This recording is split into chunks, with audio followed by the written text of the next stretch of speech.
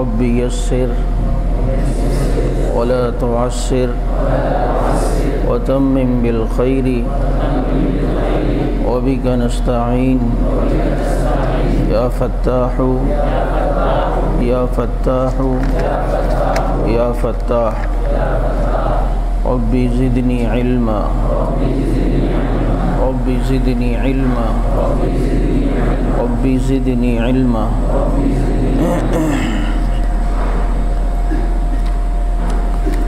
الحمد لله وكفى وسلام على عباده الذين اصطفى أما بعد فأعوذ بالله من الشيطان الرجيم بسم الله الرحمن الرحيم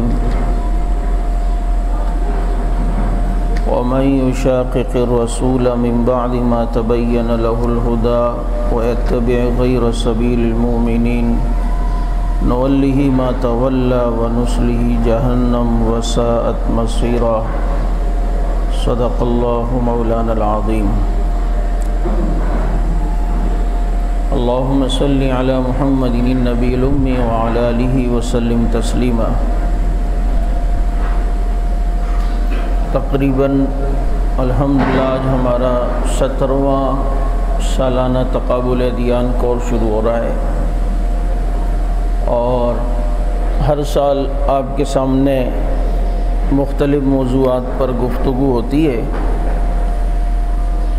اس سال اس کورس کے لحاظ سے ایک نئے موضوع کے ساتھ آنا ہوا ہے۔ اس سے پہلے اس کورس میں یہ عنوانات نہیں پڑھائے گئے جو ابھی پڑھانے انشاءاللہ میں جا رہا ہوں، اور اس کی وجہ یہ ہے کہ موجودہ دور سوشل میڈیا کا ہے، اور اس دور کے اندر باطل نے حضرات صحابہ کرام رضوان اللہ علیہ مجمعین سے بدگمان کرنے کی محنت شروع کی ہوئی ہے، اور وہ جانتے ہیں کہ اگر صحابہ کرام مشکوک ہو گئے تو سارا دین مشکوک ہو جائے گا، اور صحابہ کرام محفوظ رہے تو سارا دین محفوظ رہے گا۔ اس لیے وہ صحابہ کرام کو تنقید کا نشانہ بناتے ہیں، اور آپ اس سے اندازہ کریں کہ بہت سے لوگ اس پروپیگنڈے کا شکار ہوئے ہیں، کم علمی کی وجہ سے یا اپنے کسی گناہوں کی وجہ سے گمراہی اور ضلالت کے اندر پڑے۔ اس لیے کم از کم ہمارے پاس ان چیزوں کی کچھ تھوڑی بہت معلومات ہو، تاکہ ہمارے سامنے اگر کبھی کوئی ایسی بات رکھے تو ہم اسے صحابہ کرام کے بارے میں مطمئن تو کر سکیں، تاکہ وہ گمراہی سے بچے۔ اور اس وقت ایک بہت بڑا فتنہ جس نے سنیت کا لباس اوڑھا ہوا ہے، اور وہ لوگوں کو صحابہ کرام کے بارے میں بدگمان کر رہا ہے، جس کا نام مرزا محمد علی انجینئر ہے۔ اب ہمارے یہاں تو مصیبت یہ ہے کہ ہم آلو لینے جائیں تو ایک ریڑھی میں ایک ایک آلو چیک کرتے ہیں، آم خریدنے جائیں تو ایک ایک آم چیک کرتے ہیں، لیکن مولوی کو چیک کیے بغیر بس اس کو سنتے ہیں اور اس کی چوڑی چپٹی باتوں سے متاثر ہوتے ہیں، اور یہ نہیں دیکھتے کہ اس کا سلسلہ علمی آپ صلی اللہ علیہ وسلم سے جا کے ملتا ہے یا نہیں۔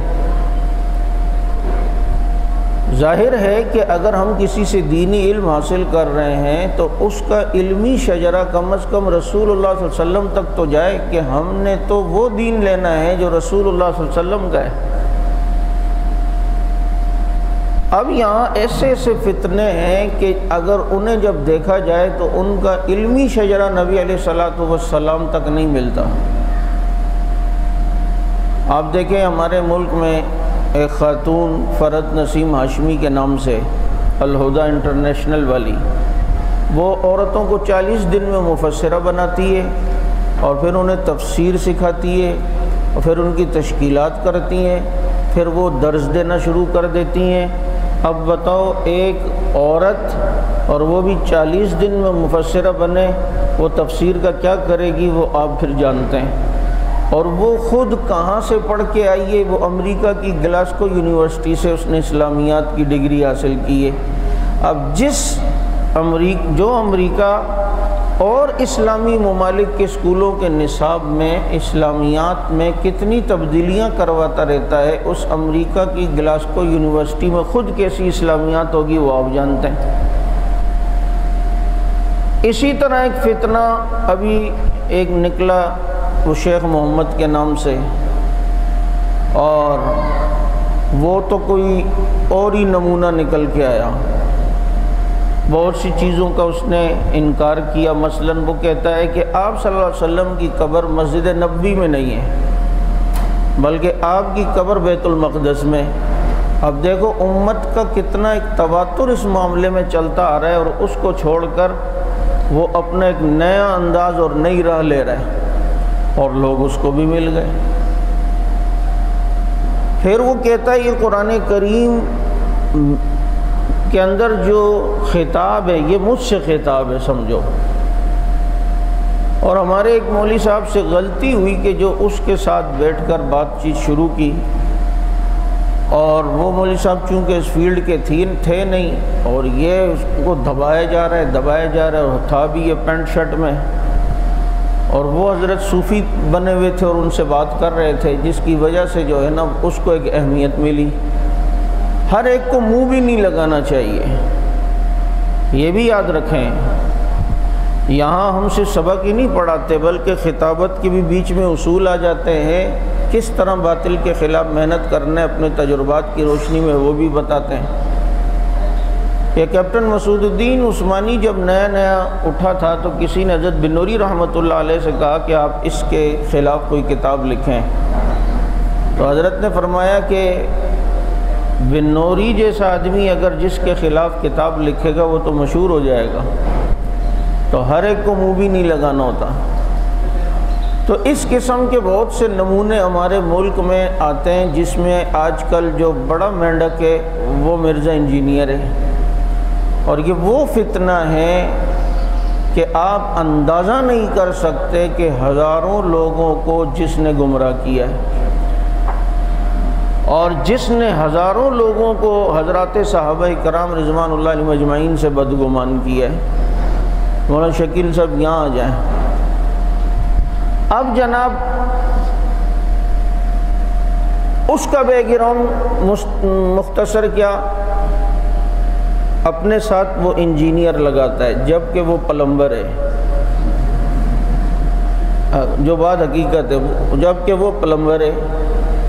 میں کہا کرتا ہوں اس کو انجینئر کہنا ایسا ہی جیسے گاؤں دیہاتوں میں ختنہ کرنے والے کو کوئی سرجن کہنا شروع کر دے کہ جی یہ ہمارے علاقے کے سرجن ہیں۔ تو ختنہ کہنے والے کو اگر کوئی سرجن کہے گا تو مرزا انجینئر کو بھی انجینئر کہہ سکتے ہیں، چونکہ وہ مشہور ہو گیا انجینئر کے نام سے۔ اب اس کی زندگی مختلف مراحل سے ہوتی ہوئی ابھی فی الحال اس کی سوئی یہاں اٹکی ہے۔ یہ پہلے بریلوی تھا، پھر دعوت اسلامی میں آیا، پھر الیاس قادری کو جب اس نے دیکھا کچھ عرصے رہا، لیکن اس سے متنفر ہو کر یہ کسی پیر سے بیعت ہوا، پھر اس پیر سے بھی مطمئن نہیں ہوا تو یہ اپنا سفر آگے شروع کرتا ہے۔ تو یہ زبیر علی زئی کے پاس پہنچا، جو غیر مقلد بہت بڑا جو ہے وہ اپنے کو عالم کہلاتا ہے۔ زبیر علی زئی نے اس کا دماغ اہل حدیث والا بنایا، اور اس کی ذہنیت کو پہچان گیا۔ تو اب اس کے اب اہل حدیث مسئلہ یہ ہے کہ یہاں آنے کے بعد بدتمیزیت آتی ہے، پھر آدمی تحقیق اور اظہار رائے کے نام سے سب کو لتاڑتا ہے۔ وہ کہتے جی صرف نبی کی ذات تنقید سے بالا تر ہے، باقی تو نہیں۔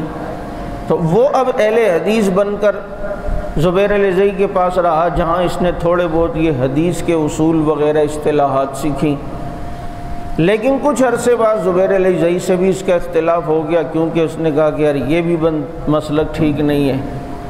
تو پھر یہ ہوا شیعوں سے متاثر، اور جب ادھر پڑھنا شروع کیا تو یہ ہو گیا حضرات صحابہ کرام سے بدگمان۔ اب اس کا موضوع خاص کر حضرات صحابہ کرام رضوان اللہ علیہم اجمعین پر تنقید کرنا ہے، اور آپ کو یہ معلوم ہونا چاہیے کہ توہین دو قسم کی ہوتی ہے. ایک تو واضح توہین ہوتی ہے کہ آدمی توہین کرتا ہے، سامنے پتہ چلتا ہے گستاخی کر رہا ہے. ایک ہوتی ہے توہین اس انداز میں کہ اس کو توہین توصیفی کہتے ہیں، کہ کسی کی شان بیان کرتے ہوئے ایسی بات بیچ میں لانا کہ آدمی اس سے بدگمان ہو. مثلا یوں کہتے ہوئے آنا حضرت ابو بکر صدیق رضی اللہ عنہ تو زبردست بھائی نبی کے جانشین بنے، نبی نے مسلح دیا، اور یہ لیکن انہوں نے یوں. اب جناب کیا ہو گیا؟ اس لیکن نے کیا کیا کہ لوگ کہیں گے کہ یار دیکھو بندہ انصاف کی بات کر رہا ہے، جو بات ان میں ٹھیک ہے تو ٹھیک کو بھی بیان کر رہا ہے، جو غلط ہے وہ غلط کو بھی. یہ مولوی لوگ صرف ان کی صحیح باتوں کو بتاتے ہیں، غلط بات کو نہیں. یہ تو حقیقت پسندی کے خلاف ہے. اس نے یہ طریقہ اپنایا ہے کیوں شیعہ مختلف ادوار میں تقیے کی صورت میں رہے ہیں، اور کون کون لوگ شیعہ تھے کہ قیامت کے دن پتہ چلے گا. جو کتابیں لکھ کر گئے، جو کیا کچھ کر کے گئے، اور حقیقت ان کی کسی کو پتہ چلی، کسی کو پتہ ہی نہیں چلی. تو یہ اس انداز میں حضرات صحابہ کرام رضوان اللہ علیہم اجمعین سے بدگمان کرتا ہے، اور اب موصوف قادیانیوں سے بھی کافی حد تک متاثر ہے، اور قادیانیت کے متعلق بھی اب نرم گوشہ رکھتا ہے. اپنے ایک بیان میں وہ کہتا ہے کہ قادیانی اس لیے کافر ہیں کہ انہوں نے ہمیں کافر کہنا شروع کیا. اگر وہ ہمیں کافر ڈکلیئر نہ کرتے تو ہم بھی انہیں کافر نہ کہتے. یعنی کہ یہ دبے لفظوں میں کیا بتا رہا ہے کہ قادیانی مرزائی صرف اس لیے کافر ہیں کہ انہوں نے مسلمانوں کو کافر کہا ہے. اگر مجھے آپ بتائیں قادیانی مسلمانوں کو کافر نہ بھی کہتے تو اس کے باوجود بھی یہ مرزائی کافر تھے یا نہیں تھے؟ ان کے کافر ہونے کی جو بنیادی وجہ وہ مسلمان کو کافر کہنا تو ضمناً بات آتی ہے، بنیادی وجہ تو مسئلہ ختم نبوت ہے. اس وجہ سے اس نے ان کو جو ہے وہ کافر ہم نے ڈکلیئر کروایا ہے، اور اسمبلی سے جو ہے پاکستان کا یہ بل پاس کروایا ہے. تو اب وہ اس طریقے سے جو ہے وہ باتیں کرنے لگا ہے. تو چونکہ اس قسم کی تذبذب والا آدمی وہ ایک جگہ پر نہیں ٹکتا، اس کے ہر روز نئے نئے پینترے بدل کر سامنے آتے ہیں، اور اس کی حقیقتیں لوگوں کے سامنے کھل کے آتی ہیں. اس بندے کے اندر یہ بات ہے کہ اس نے شروع سے یہ طے کیا ہے کہ میں کبھی کسی مولوی کے سامنے نہیں بیٹھوں گا. اس لیے آپ لاکھ جتن کر لیں، جتنے چیلنج کر لیں، اس کو جتنی غیرت دلائیں، لیکن اس بغیرت کو غیرت نہیں آتی. اس نے چونکہ گمراہ کرنا ہے، اس کو پتہ ہے میں کسی مولوی کے آگے اگر بیٹھا تو میری حقیقت آشکار ہو جائے گی. میں نے اس کو چیلنج آج سے 2-3 سال پہلے دیا، اور فیس بک پر اس نے وہ پڑھا اور اس نے کمنٹس بھی دیے، چونکہ میں نے کچھ الفاظ اس کے متعلق سخت کہے تھے. تو اس نے نیچے لکھا مولانا جو ہے وہ آپ جو ہے وہ گفتگو الفاظ کا استعمال ٹھیک کر رہے ہیں. میں کہا تیری تو استعمال کا بچا، ابھی چھوڑو، بھی میں کوئی اور بات منہ سے نکل آئے گی. اب جناب اس نے یہ طے کیا ہوا ہے، کیونکہ اس کو عربی آتی نہیں، اس کو عبارات کا اکابرین کا کیا تھا اور اس کا کیا مطلب ہے اس کا پتہ نہیں. اور اس کا حال یہ ہے کہ یہ اپنے سامنے ہمیشہ جب بھی سامنے اس کی دیکھنا نہ کتابیں رکھی ہوں گی، چند کتابیں ضرور رکھا ہوا ہوگا، اور سارے اردو ترجمے والی. اور ایک تاثر یہ دے رہا ہوگا کہ میں بہت بڑی بلا ہوں اور وہ ہوں. اور تیسری بات یہ ہے کہ جھوٹ اتنا کہ ایک بات لا تقربوا الصلاۃ تک بتائے گا، آگے وانتم سکارا تک نہیں بتائے گا. اور پھر جناب دعویٰ اپنے متعلق ہمیشہ ایسا کر کے رکھے گا جیسے دنیا میں سب سے بڑا عالم ہی ہے. مولویوں پہ تنقید، علماء پہ تنقید کہ جی انہیں تو قرآن پڑھنا نہیں آتا. اور اپنا حال یہ ہے کہ ہمارے ساتھیوں نے اس کے کلپ جمع کیے جہاں دیکھ کر قرآن صحیح نہیں پڑھ پا رہا. یہ اس کا حال ہے. اور اس کے ساتھ ساتھ وہ چونکہ روافض سے شیعوں سے متاثر ہے، اس لیے ان کی مذمت بیان کرتے کرتے لیکن کے ساتھ پھر ان کی تعریف بھی شروع کرے گا۔ یہ ایک انداز ہے اس کا۔ اس کا جو استاد ہے، یہ جس سے متاثر ہے، اس کا نام مولوی اسحاق ہے۔ مولوی اسحاق آپ نے کبھی ویڈیو میں دیکھا ہوگا، ایک بڈھا بابا ہوتا ہے، چھوٹی سی اس کی داڑھی ہوتی ہے، اب تو خیر وہ اپنے انجام کو پہنچ گیا، مر گیا ہے۔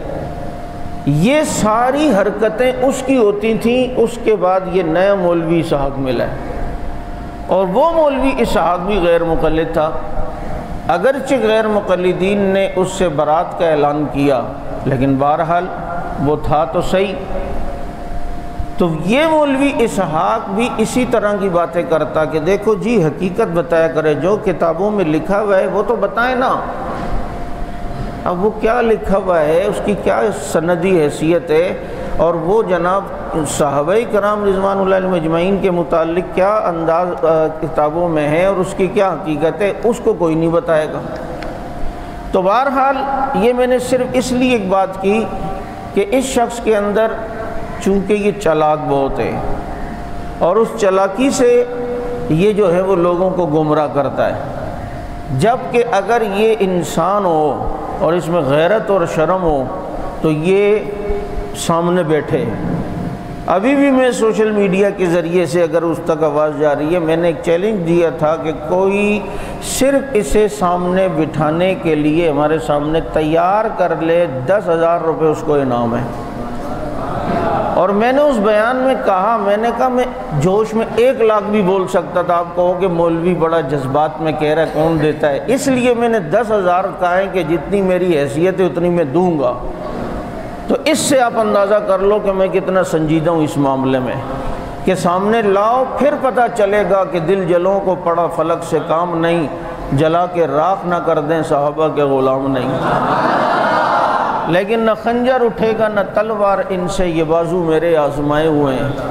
تو بہرحال اب چونکہ حضرات صحابہ کرام رضوان اللہ علیہم اجمعین سے بدگمان کرتے ہیں، میرے دوستو یہ یاد رکھنا، اس دور کے اندر آپ کو پتہ ہے میں نے کتنے عرصے بریلویت پڑھائی ہے، میں غیر مقلدیت پہ پڑھاتا ہوں، میں اور بھی فرقے پر، لیکن جو ابھی سر دست جو چیز سامنے آ رہی ہے عالمی سطح پر، وہ سب سے بنیادی چیز ہمیں جس چیز کی تیاری کرنی ہے وہ حضرات صحابہ کرام کے دفاع کے بارے میں۔ ایک تو عملی طور پر قانون سازی کر کے ان کا دفاع کے، ایک علمی طور پر کہ ہمارے پاس کوئی آئے اور ہم سے کوئی سوال کرے۔ کتنی عجیب بات ہے کہ قرآن جن کے ذریعے سے ہم تک پہنچا، نماز روزہ حج زکوٰۃ جن کے ذریعے سے ہم تک پہنچی، ہماری مسجد کا کوئی مقتدی آ کے کہے کہ جی ابو بکر نے یوں کیا تھا، وہ فلاں کہہ رہا تھا، اس کا کیا جواب، اور ہم ابو بکر کا دفاع نہ کر سکیں، ہم خالد بن ولید رضی اللہ عنہ کا دفاع نہ کر سکیں۔ تو اس لیے جو ہے یہ موضوع اس وقت دنیا کا اہم ترین موضوع بن چکا ہے۔ جس باطل کو دیکھو وہ حضرات، آپ سوشل میڈیا اگر استعمال کرتے ہیں تو آپ دیکھ لیں انسان پریشان ہو جاتا ہے، اور اس دھڑلے کے ساتھ صحابہ کرام پر بات اعتراض کیا جاتا ہے جیسے اس میں حقیقت ہو، جبکہ اس کی حقیقت بیان کی جائے تو بات کچھ اور ہوتی ہے۔ اس لیے چند چیزوں کا جاننا جو ہے وہ بہت ضروری ہے۔ یہ اصول ابھی تھوڑے بہت جو ذہن میں آ رہے ہیں، کچھ بعد میں بھی اگر آئے تو میں آپ کو لکھواتا جاؤں گا، کچھ جگہیں اس کی چھوڑ دیں۔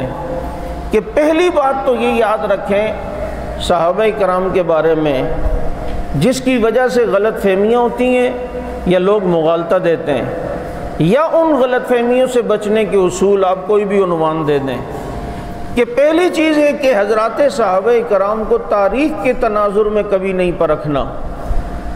صحابہ کرام کو پرکھنے کا جو ترازو ہے وہ قرآن ہے۔ بنیادی غلطی یہ ہوتی ہے کہ ہم صحابہ کرام کو تاریخ کے ترازو میں پرکھنا شروع کرتے ہیں، جبکہ وہ تاریخی شخصیات نہیں ہیں بلکہ کیا ہیں؟ قرآنی شخصیات ہیں۔ تاریخی شخصیات اچھا دوسری چیز یہ ہے، اچھا صحابہ کرام تاریخی شخصیات نہیں ہیں بلکہ وہ قرآنی شخصیات ہیں۔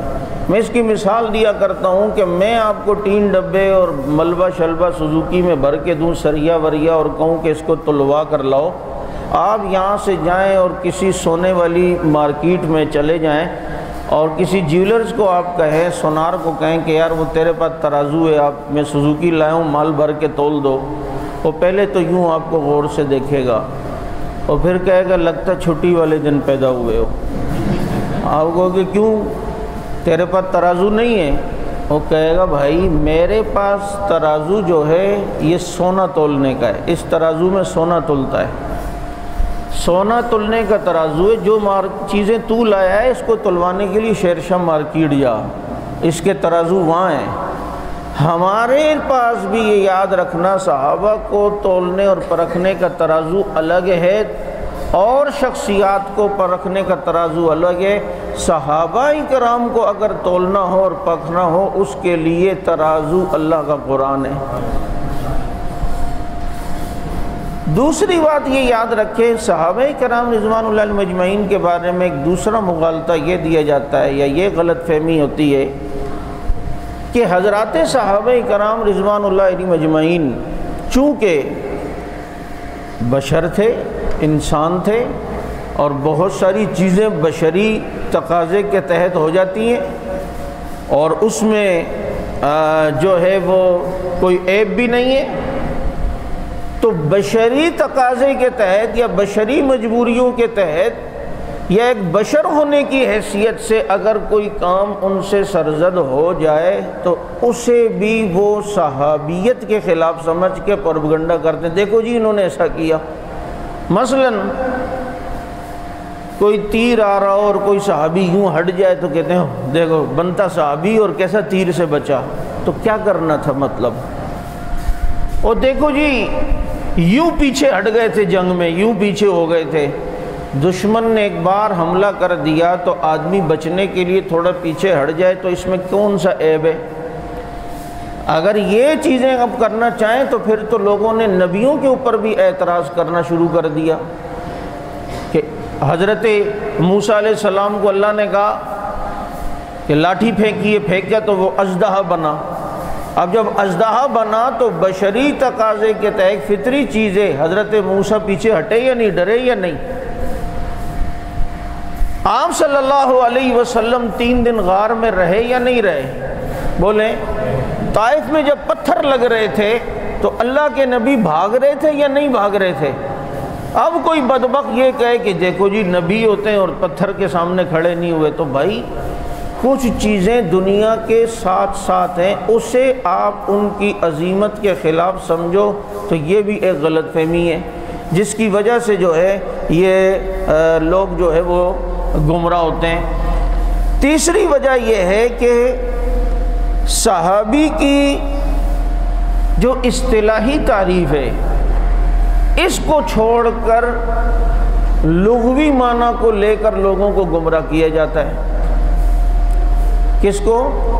اصطلاحی تعریف کو چھوڑ کر لغوی معنی کو لے کر پروپیگنڈا کیا جاتا ہے۔ مثلا ابھی وہ تعریف آئے گی صحابی کی تعریف، من لقی النبی صلی اللہ علیہ وسلم مؤمنا بہ ومات علی الاسلام، کہ جس نے نبی علیہ السلام سے ملاقات کی ہے وہ جو ہے ایمان ہی پر دنیا سے گیا تو وہ صحابی ہے، یہ اصطلاحی تعریف ہے۔ اب اللہ کے نبی صلی اللہ علیہ وسلم نے اگر لغوی معنی کے اعتبار سے مثلا عبداللہ ابن ابی کا جنازہ نہیں پڑھا تو کسی نے کہا جنازہ پڑھا تو کسی نے کہا کیوں جنازہ پڑھ رہے ہیں، تو اللہ کے نبی نے کیا فرمایا کہ لوگ کیا کہیں گے کہ اب انہوں نے اپنے ساتھی کا جنازہ پڑھنا چھوڑ دیا۔ تو یہاں ساتھی سے مراد ساتھ رہنے والے کو کہتے ہیں، یہاں وہ اصطلاحی صحابی مراد نہیں ہے۔ جیسے قرآن کریم نے کفار سے کہا کہ ما بصاحبکم من جنہ، تمہارا یہ ساتھی مجنون نہیں ہے، اب نبی کو کافروں کا ساتھی کا ہے، سمجھ آ رہی ہے؟ نبی کو کافروں کا ساتھی کا ہے۔ اب اس کا یہ مطلب تھوڑی ہے یہاں صاحب کا لفظ آ گیا تو اصطلاحی معنی مراد ہے، تو یہاں ایک مغالطہ جو ہے وہ یہ دیا جاتا ہے کہ لغوی معنی کو استعمال کیا جاتا ہے اور اصطلاحی معنی کو جو ہے وہ چھوڑ دیا جاتا ہے، جس کی وجہ سے گمراہی جو ہے وہ جنم لیتی ہے۔ اب حضرات صحابہ کرام رضوان اللہ علیہم اجمعین چونکہ معصوم نہیں محفوظ ہیں، ان سے کچھ خطائیں بھی سرزد ہوئی ہیں۔ اب حضرات صحابہ کرام کی ان خطاؤں کو لے کر پروپیگنڈا کیا جاتا ہے کہ دیکھو جی ان سے تو یہ بھی ہوا، یہ بھی ہوا، وہ بھی ہوا، جبکہ ان کی وہ خطائیں دین کی تکمیل کا ذریعہ بنی ہیں۔ کیا بنی ہے؟ چلیں، ارادہ تو اس کو آگے چل کے پڑھانے کا تھا، لیکن اب بات چل گئی ہے تو سمجھ لیں۔ صحابہ معصوم نہیں ہیں، محفوظ ہیں۔ یہ چیزیں چند اصولی ہیں، اس کو آپ نے یہ سمجھ کے پڑھنا سننا ہے تاکہ یہ تمہیدی باتیں آگے کام آئیں گی۔ صحابہ معصوم نہیں ہیں، محفوظ ہیں، یہ اہل سنت کا عقیدہ ہے۔ معصوم کہتے ہیں کہ جس سے گناہ ممکن ہی نہ ہونا، جس سے گناہ ہونا ممکن ہی نہ ہو، اور محفوظ کہتے ہیں جس سے گناہ کا ہونا ممکن تو ہو لیکن اللہ اپنی رحمت سے اسے گناہ سے بچا لے۔ یہ کیا ہے؟ محفوظ۔ اب حضرات صحابہ کرام رضوان اللہ علیہم اجمعین محفوظ ہیں۔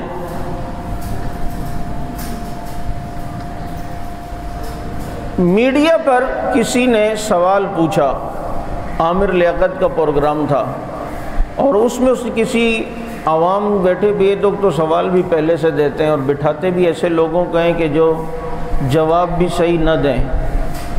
اب جناب اس نے کہا، سوال پوچھنے والے نے، کہ اگر صحابہ معیار ہیں تو ان سے گناہ بھی تو ہوئے، تو وہ پھر کیا ہے؟ اب دیکھیں، میں آپ کو بتا رہا ہوں کہ تاثر کیا دیا جاتا ہے صحابہ کرام کے بارے میں، اور وہ تاثر ابھی میں توڑوں گا کیسے۔ ایک بنا ہوا ماحول انشاءاللہ ایسا ذہن بنایا جاتا ہے، دیکھیں جی ان سے گناہ بھی ہوئے، حضرت معاذ سے زنا ہوا ہے، غامدیہ نام کی صحابیہ سے گناہ ہوا ہے، فاطمہ نام کی جو ہے وہ صحابیہ تھی، اس نے چوری کی ہے، اور یہ ہوا ہے اور وہ ہوا ہے، تو گناہ بھی ہوئے ہیں۔ اب لوگوں کے ذہن میں یہ ہے کہ صحابہ تو گناہ بھی کرتے تھے۔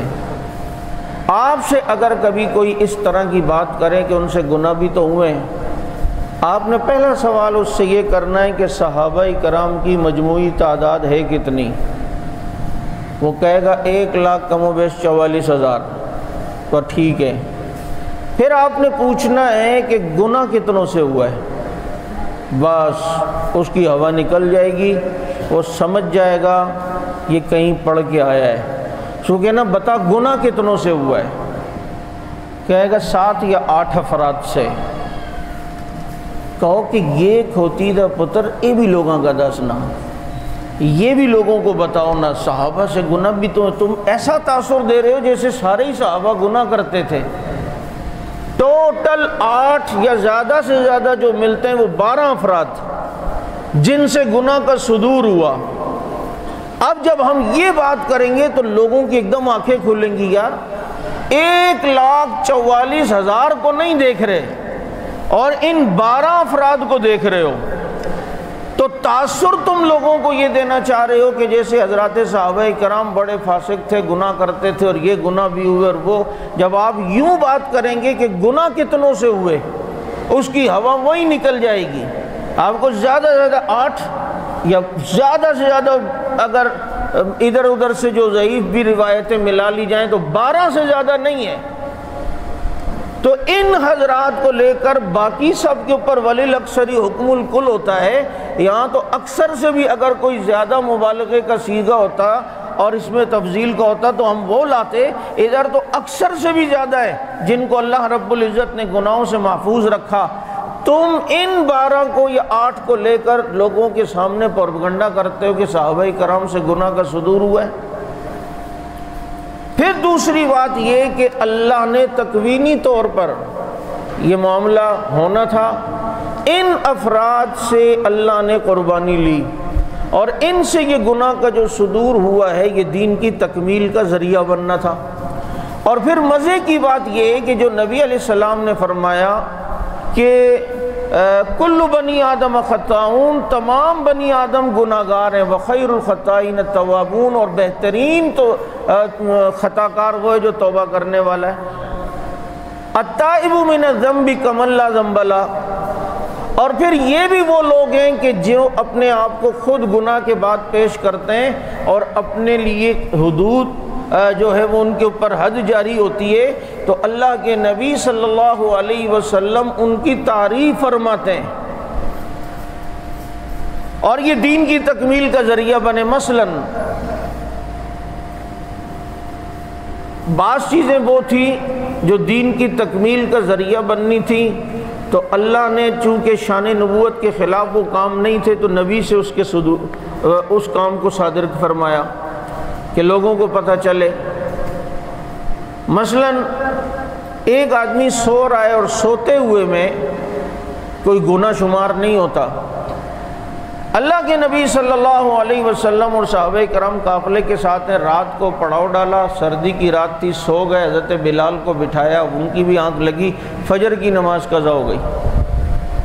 اب یہ نبی کے ذریعے، نبی کے زمانے میں اللہ نے دنیا کو بتانا تھا کہ جب نماز چھوٹ جائے تو اس کی قضا کرنی ہے، لیکن بعض کام ایسے ہیں جو شایان نبوت کے خلاف ہیں، تو اس کے لیے بھی اللہ نے ان صحابہ کی قربانیاں لی۔ اور مزے کی بات یہ جو افراد ہیں نا، یہ 8 کے قریب، یہ ہیں بھی سارے غیر مشہور، سارے غیر مشہور صحابی، صرف تکوینی طور پر ان سے یہ کام دین کی تکمیل کروانی تھی۔ اب ایک آدمی سے ہو گئی چوری۔ اچھا پھر مزے کی بات یہ ہے کہ یہ آتے تھے اور اتنا پچھتاوا ہوتا تھا کہ اس پچھتاوے کے اندر آ کر اپنے اوپر حد خود جاری کروائے۔ اس سے بڑی توبہ اور کیا ہوگی؟ یہی تو مقصود ہے۔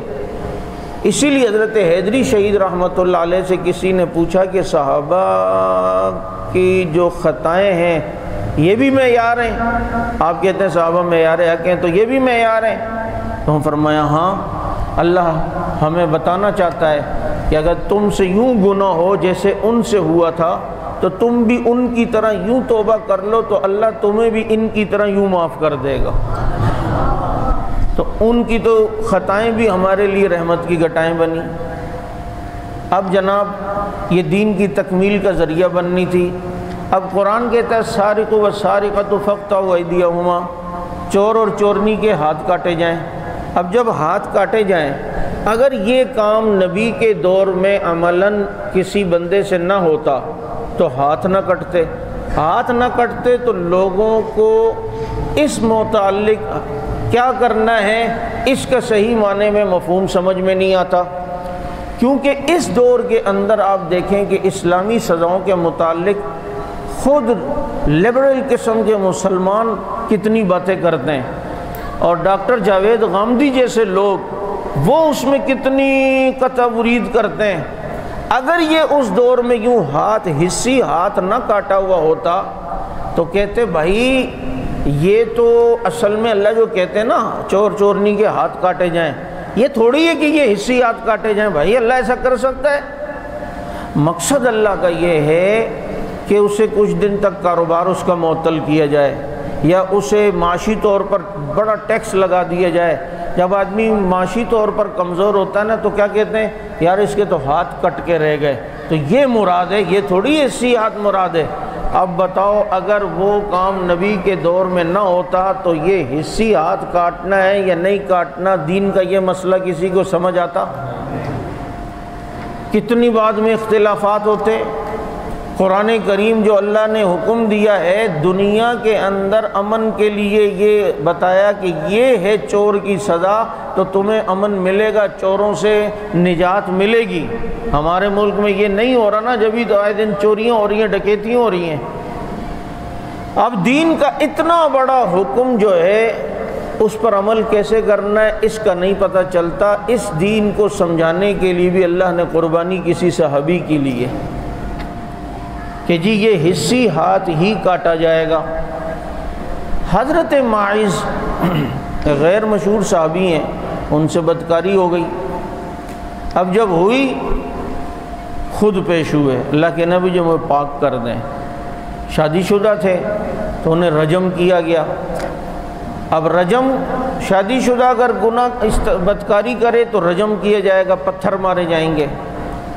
اب اگر یہ کام اس دور میں عملی طور پر نہ ہوتا تو بعد میں جو لبرل لوگ ہیں، ملحدین اور مستشرقین قسم کے لوگ ہیں، تو وہ لوگوں کو کیا کہتے ہیں؟ بھائی رجم سے مراد یہ تھوڑی حقیقی پتھر، اس بندے کو تھوڑی ٹینشن دی جائے۔ جب ایک انسان ٹینشن میں ہوتا ہے نا، کہتا ہے یار ایسا لگ رہا ہے میرے سر پہ پتھر لگ رہے ہیں، توڑے لگ رہے ہیں، یہ مراد ہے، یہ تھوڑی حقیقی پتھر مارے جائیں۔ لیکن اس کے لیے بھی ایک صحابی نے قربانی دی اور ان سے قربانی لی گئی، اور فطری طور پر کیا کہتے ہیں، غلطی سے یہ ہو گیا، اور ہو گیا۔ اللہ کے نبی نے حد جاری کروائی اور وہ خود پیش ہوئے، اور بعد میں کسی نے ان کے متعلق کوئی ہلکی بات کی تو اللہ کے نبی نے کچھ یوں فرمایا کہ یہ جنت کی نہروں میں غوطہ کھا رہا ہے، اس وقت جنت کی نہروں میں غوطہ کھا رہا ہے۔ صحابہ کرام کے ذریعے سے اللہ نے دین سکھایا ہے اور سمجھایا ہے۔ اگر ان کی اس اداؤں کو دیکھا جائے تو خدا کی قسم یہ ان کے لیے ایک باعث حسن ہے، نہ کہ تنقید ہے۔ اچھا پھر مزے کی بات یہ ہے، یہ حضرت معاذ سے گناہ ہوا۔ اب یہاں پر کوئی غلطی کر کے آئے اور اس غلطی کرنے والے سے کوئی بارے میں کوئی یہ کہ یار یہ ایسا آدمی ہے کہ اس سے غلطی ہوئی ہے لیکن اتنا پچھتاتا ہے، اتنا اچھا آدمی ہے، اور جناب میں کیا ہی بتاؤں اس کو، یہ اب مجھے بتاؤ میں اسے ذلیل کر رہا ہوں یا میں اس کی تعریفیں کر رہا ہوں؟ بھائی میں اس کی تعریف کر رہا ہوں نا، اس کی اگر گناہ اگر میں بتا بھی رہا ہوں تو بطور تنقید کے یا بطور اس کی کیا کہتے ہیں تعریف کے، بطور تعریف کے۔ اب ذرا سنو، صحابہ کرام سے گناہ ہوئے تھے، یہ ہوا تھا وہ ہوا تھا، اللہ نے صحابہ کے اس گناہ کا اگر ذکر کیا ہے تو بطور تنقید کے انہیں ذلیل کرنے کے لیے یا ان کی حوصلہ افزائی کے لیے؟ قرآن کہتا ہے والذین اذا فعلوا فاحشۃ او ظلموا انفسہم، یہ جو لوگ اب گناہ کر بیٹھے یا یہ فحاشی کا کام کر بیٹھے، اپنے اوپر ظلم کر بیٹھے، ان کا حال کیا ہے؟ وَلَوْ أَنَّهُمْ وَالَّذِينَ إِذَا فَعَلُوا فَاحِشَةً أَوْ ظَلَمُوا أَنفُسَهُمْ ذَكَرُوا اللَّهَ فَاسْتَغْفِرُوا لِذُنُوبِهِمْ، فوراً اللہ کو یاد کرتے ہیں، اللہ سے معافی مانگتے ہیں۔ وَمَنْ يَغْفِرُ الذُّنُوبَ إِلَّا اللَّهُ، اللہ کے علاوہ کون ہے معاف کرنے والا؟ وَلَمْ يُصِرُّوا عَلَى مَا فَعَلُوا، اپنے کیے پر اصرار بھی نہیں کرتے، بہانے بھی نہیں کرتے، دلیلیں بھی نہیں دیتے۔ اب مجھے بتاؤ یہ جو انداز ہے گناہ کے بتانے کا، بطور ذلیل کرنے کے یا بطور تعریف کے؟ واہ صحابہ تمہارے قدموں پہ قربان جاؤں، یہ لاڈلے ہیں اللہ کے۔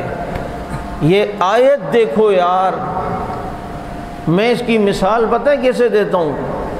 میں اس کی مثال دیتا ہوں کہ ایک آدمی کے دو خادم ہوں، ایک خادم ایسا ہو کہ جس سے غلطی ہوتی ہے اور وہ آ کے کہتا ہے نہیں حضرت غلطی ہو گئی ہے، بس کیا کریں حضرت ہو گئی نا۔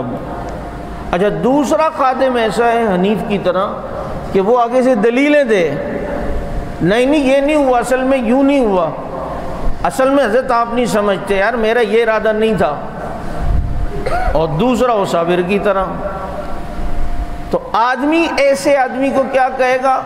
ایسا بننا، ایسا جیسے یہ دیکھنا آتا ہے کہ کس طریقے سے کہتا ہے غلطی ہو گئی، آگے سے کوئی دلیل دیتا ہے، حالانکہ غلطی اس سے بھی ہوئی ہے جس کی یہ تعریفیں کر رہا ہوں، لیکن اسے بتایا جا رہا ہے کہ اگر غلطی ہو جائے تو ایسے مزاج کا بن، ایسے انداز کا بن، اور غلطی ہو جائے تو ایسی طبیعت ہو، دیکھ اس سے بھی تو ہوتی ہے، لیکن یہ آگے سے دلائل دیتا ہے، یہ آگے سے بات کرتا ہے۔ آگے کہتا ہے ہاں غلطی ہو گئی ہے، یہ شاباش ہے، اس کو یقین کر، یہ تبھی تو مجھے اچھا لگتا ہے۔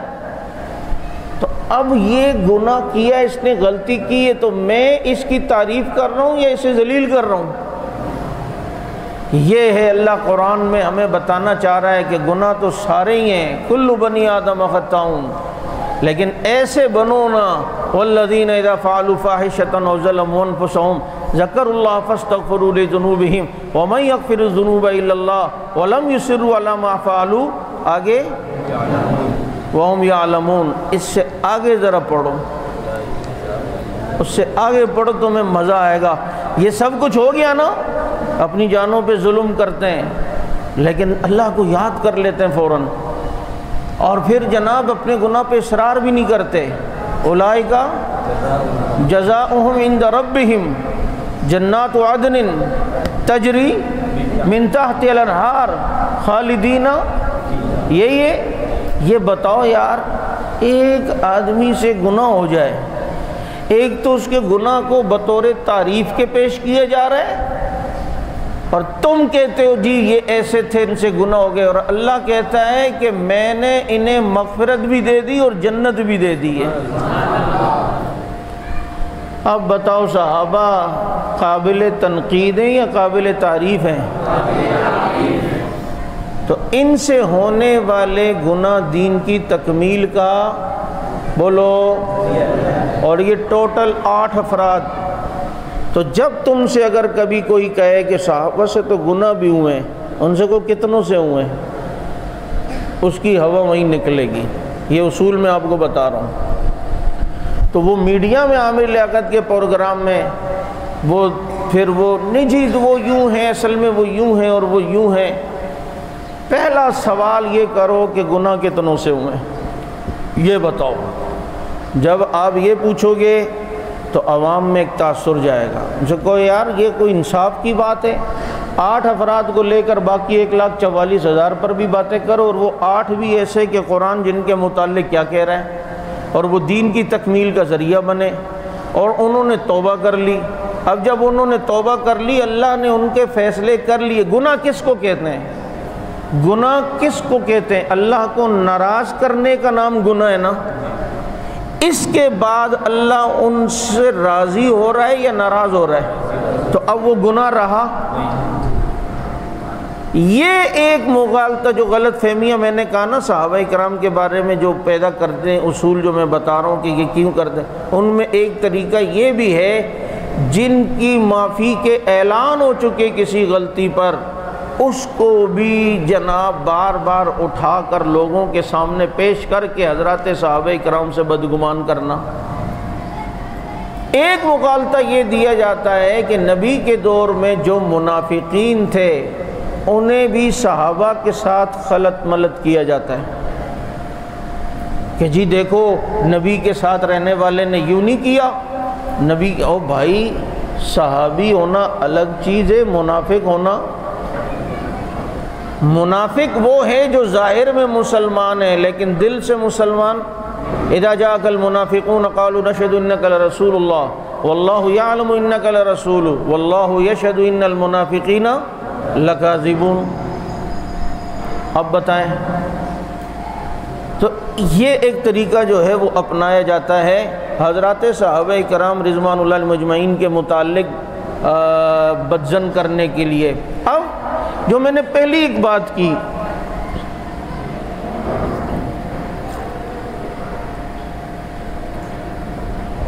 کہ صحابہ کرام رضوان اللہ علیہم اجمعین کی جو شخصیات ہیں وہ تاریخی نہیں ہیں بلکہ کیا ہیں؟ قرآنی۔ اب تاریخ کے اعتبار سے صحابہ کی سیرت کو پڑھنے کے لیے کچھ اصول۔ آپ لوگوں کو بھی سلام ہے، گرمی میں بیٹھے ہوئے ہیں، اللہ تعالیٰ آپ کو جزائے خیر عطا فرمائے، لیکن چلو تھوڑا بہت چل جائے گا۔ اب اگر تاریخ کے اعتبار سے صحابہ کو، اب یہ تو نہیں ہے کہ تاریخ کو ہم نہیں مانتے اور تاریخ کو نہیں پڑھنا چاہیے، تاریخ کو تو آپ نے پڑھنا ہے، لیکن اگر اس میں کوئی ایسی بات آ جائے صحابہ کرام کے متعلق جو ان کی سیرت کے بظاہر خلاف ہے، تو صحابہ کو تاریخ کے تناظر میں پڑھنے کے لیے کیا اصول ہے؟ پہلی چیز یہ کہ وہ تاریخی روایت قرآن کے خلاف نہ ہو، قرآن کے خلاف نہ ہو، کیونکہ آپ کو پتہ ہے قرآن کے مقابلے میں اگر خبر واحد حدیث بھی آ جائے تو قرآن اور خبر واحد کی تطبیق کی کوشش کریں گے، اور اگر دونوں کو نہ ملا سکے تو قرآن کو لے لیں گے، حدیث کو۔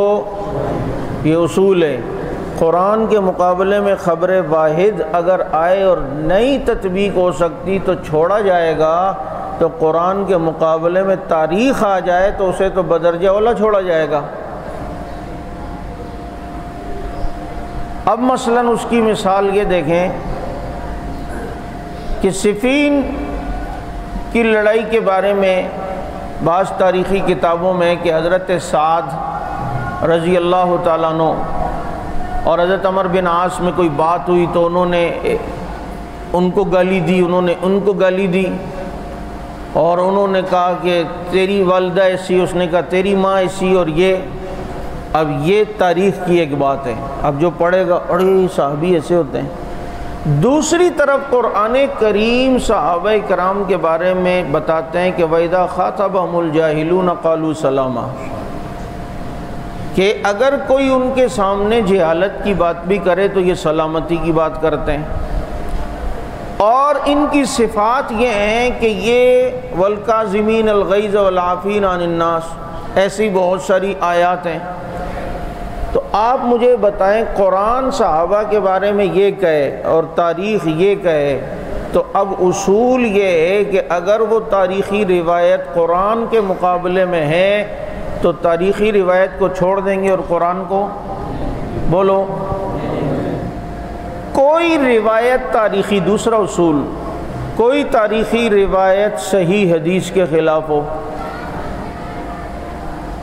ملا سکیں گے تو ملائیں گے، ورنہ مثلاً حدیث میں حضرت عثمان رضی اللہ عنہ کے فضائل ہیں، صحیح حدیثوں میں، صحیح حدیثوں میں ہے کہ آپ صلی اللہ علیہ وسلم نے فرمایا کہ فتنہ اٹھے گا، اور حضرت عثمان کی طرف اشارہ کر کے فرمایا یہ اس وقت حق پر ہوگا۔ ایک جگہ فرمایا کہ عثمان اللہ تمہیں خلافت کی قمیص پہنائے گا، کچھ لوگ اسے اتارنے کی کوشش کریں گے لیکن تم نہیں اتارنا۔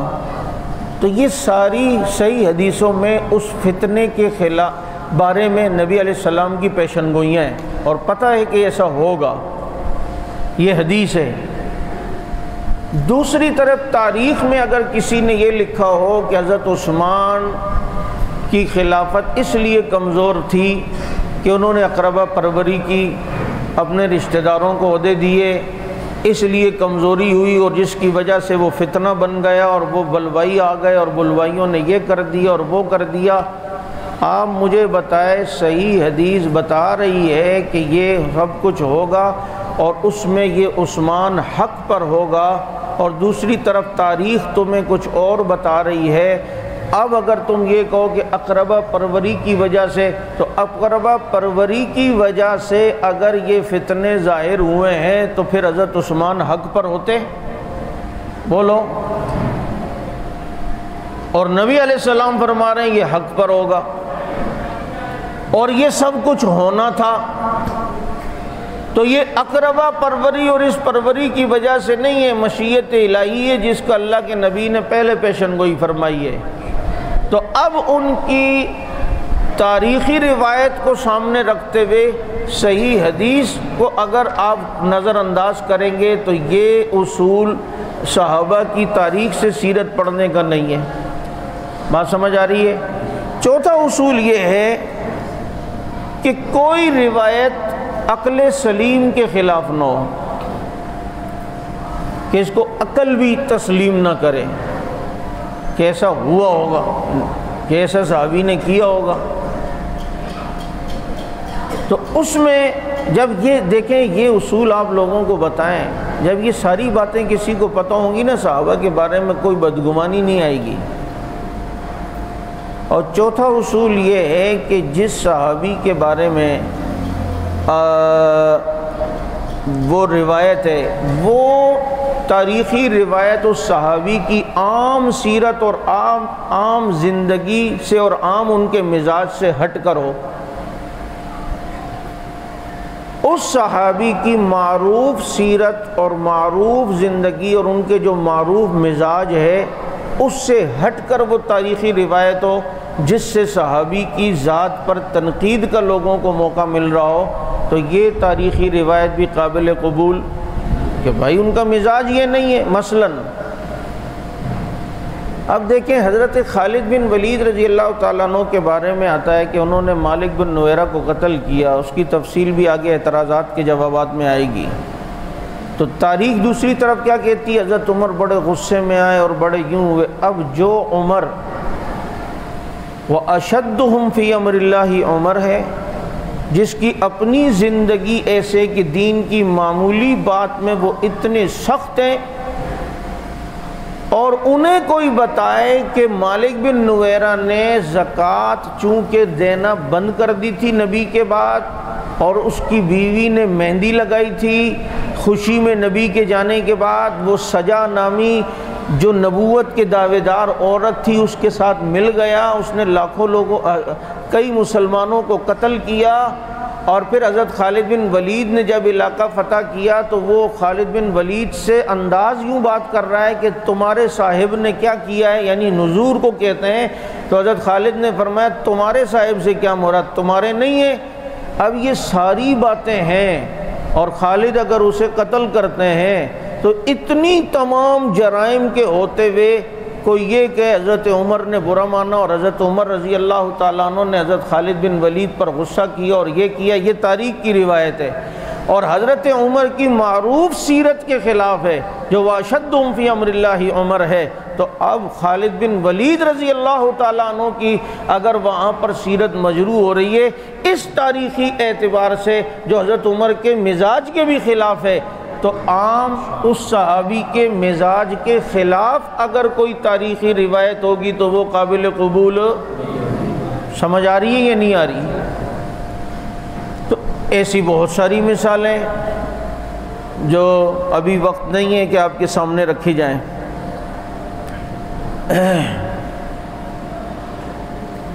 اب یہ یاد رکھیں کہ صحابی کی تعریف جو مشہور تعریف ہے، اور تقریباً سب نے پھر اسی تعریف کو قبول کیا امت نے، کہ وہ کہ الصحابی من لقی النبی صلی اللہ علیہ وسلم مؤمنا بہ ومات علی الاسلام۔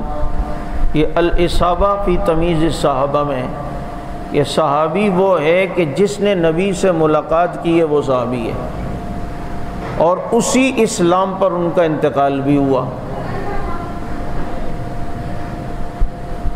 سمجھ آ رہی ہے؟ اب مثلاً اب اس تعریف میں دیکھیں، ایک نابینا صحابی ہے جو نبی کے پاس ہیں لیکن نبی علیہ السلام سے ملاقات کی ہے، یہاں رویت شرط نہیں ہے صحابی کی تعریف میں، تو چنانچہ وہ کیا ہو گئے؟ بولے صحابی ہیں۔ اور یہاں تک کہ فقہاء نے قید لگائی ہے وَلَوْ تَخَلَّتْ رِدَّةٌ، اگر درمیان میں کوئی مرتد ہو گیا اور دوبارہ وہ مسلمان ہو گیا تو وہ بھی صحابی ہے، جیسے عبداللہ بن ابی سرح رضی اللہ تعالیٰ عنہ، بیچ میں کچھ عرصے کے لیے ہوئے، بعد میں پھر ایمان لے آئے تو صحابی ہیں۔ ایک بات یہ یاد رکھنا رہ جائے گی بات، میں نے شروع میں ایک بات کی کہ صحابہ کرام ہمارے لیے معیار اور کسوٹی ہیں، اور ان سے جو غلطی ہوئی ہیں یہ دین کی تکمیل کا ذریعہ بنی ہے، اور قیامت تک جتنے لوگوں نے آنا تھا اور ان سے کوئی غلطی ہونی تھی یا اگر کوئی ایسی بات ہونی تھی، اس کے لیے کسوٹی اور پیمانہ اللہ نے صحابہ کرام کو بنایا۔ اب یہاں پر عبداللہ ابن ابی سرح رضی اللہ تعالیٰ عنہ تھوڑی دیر کے عرصے کے لیے دین کو چھوڑا، مرتد ہوئے، بعد میں پھر اسلام لے آئے۔ میرے کلپ کی صورت میں ایک سلسلہ چلا تھا صحابہ کی خطائیں رحمت کی گھٹائیں، کہ ان سے جو غلطیاں ہوئی ہیں وہ امت کے لیے فائدے کی چیز بنی، خطائیں جو ہوئیں، گناہ تو بنے ہی بنے جو خطا، اور خطا گناہ بھی نہیں ہوتا۔ مثلا میں مثال دیا کرتا ہوں، حضرت عائشہ رضی اللہ تعالیٰ عنہ سے ہار کھونے کی خطا نہ ہوتی، امت کو تیمم ملتا؟ بولو۔ 4 مہینوں میں جہاد حرام تھا، شوال نہیں، رجب، ذوالقعدہ، ذی الحجہ اور محرم۔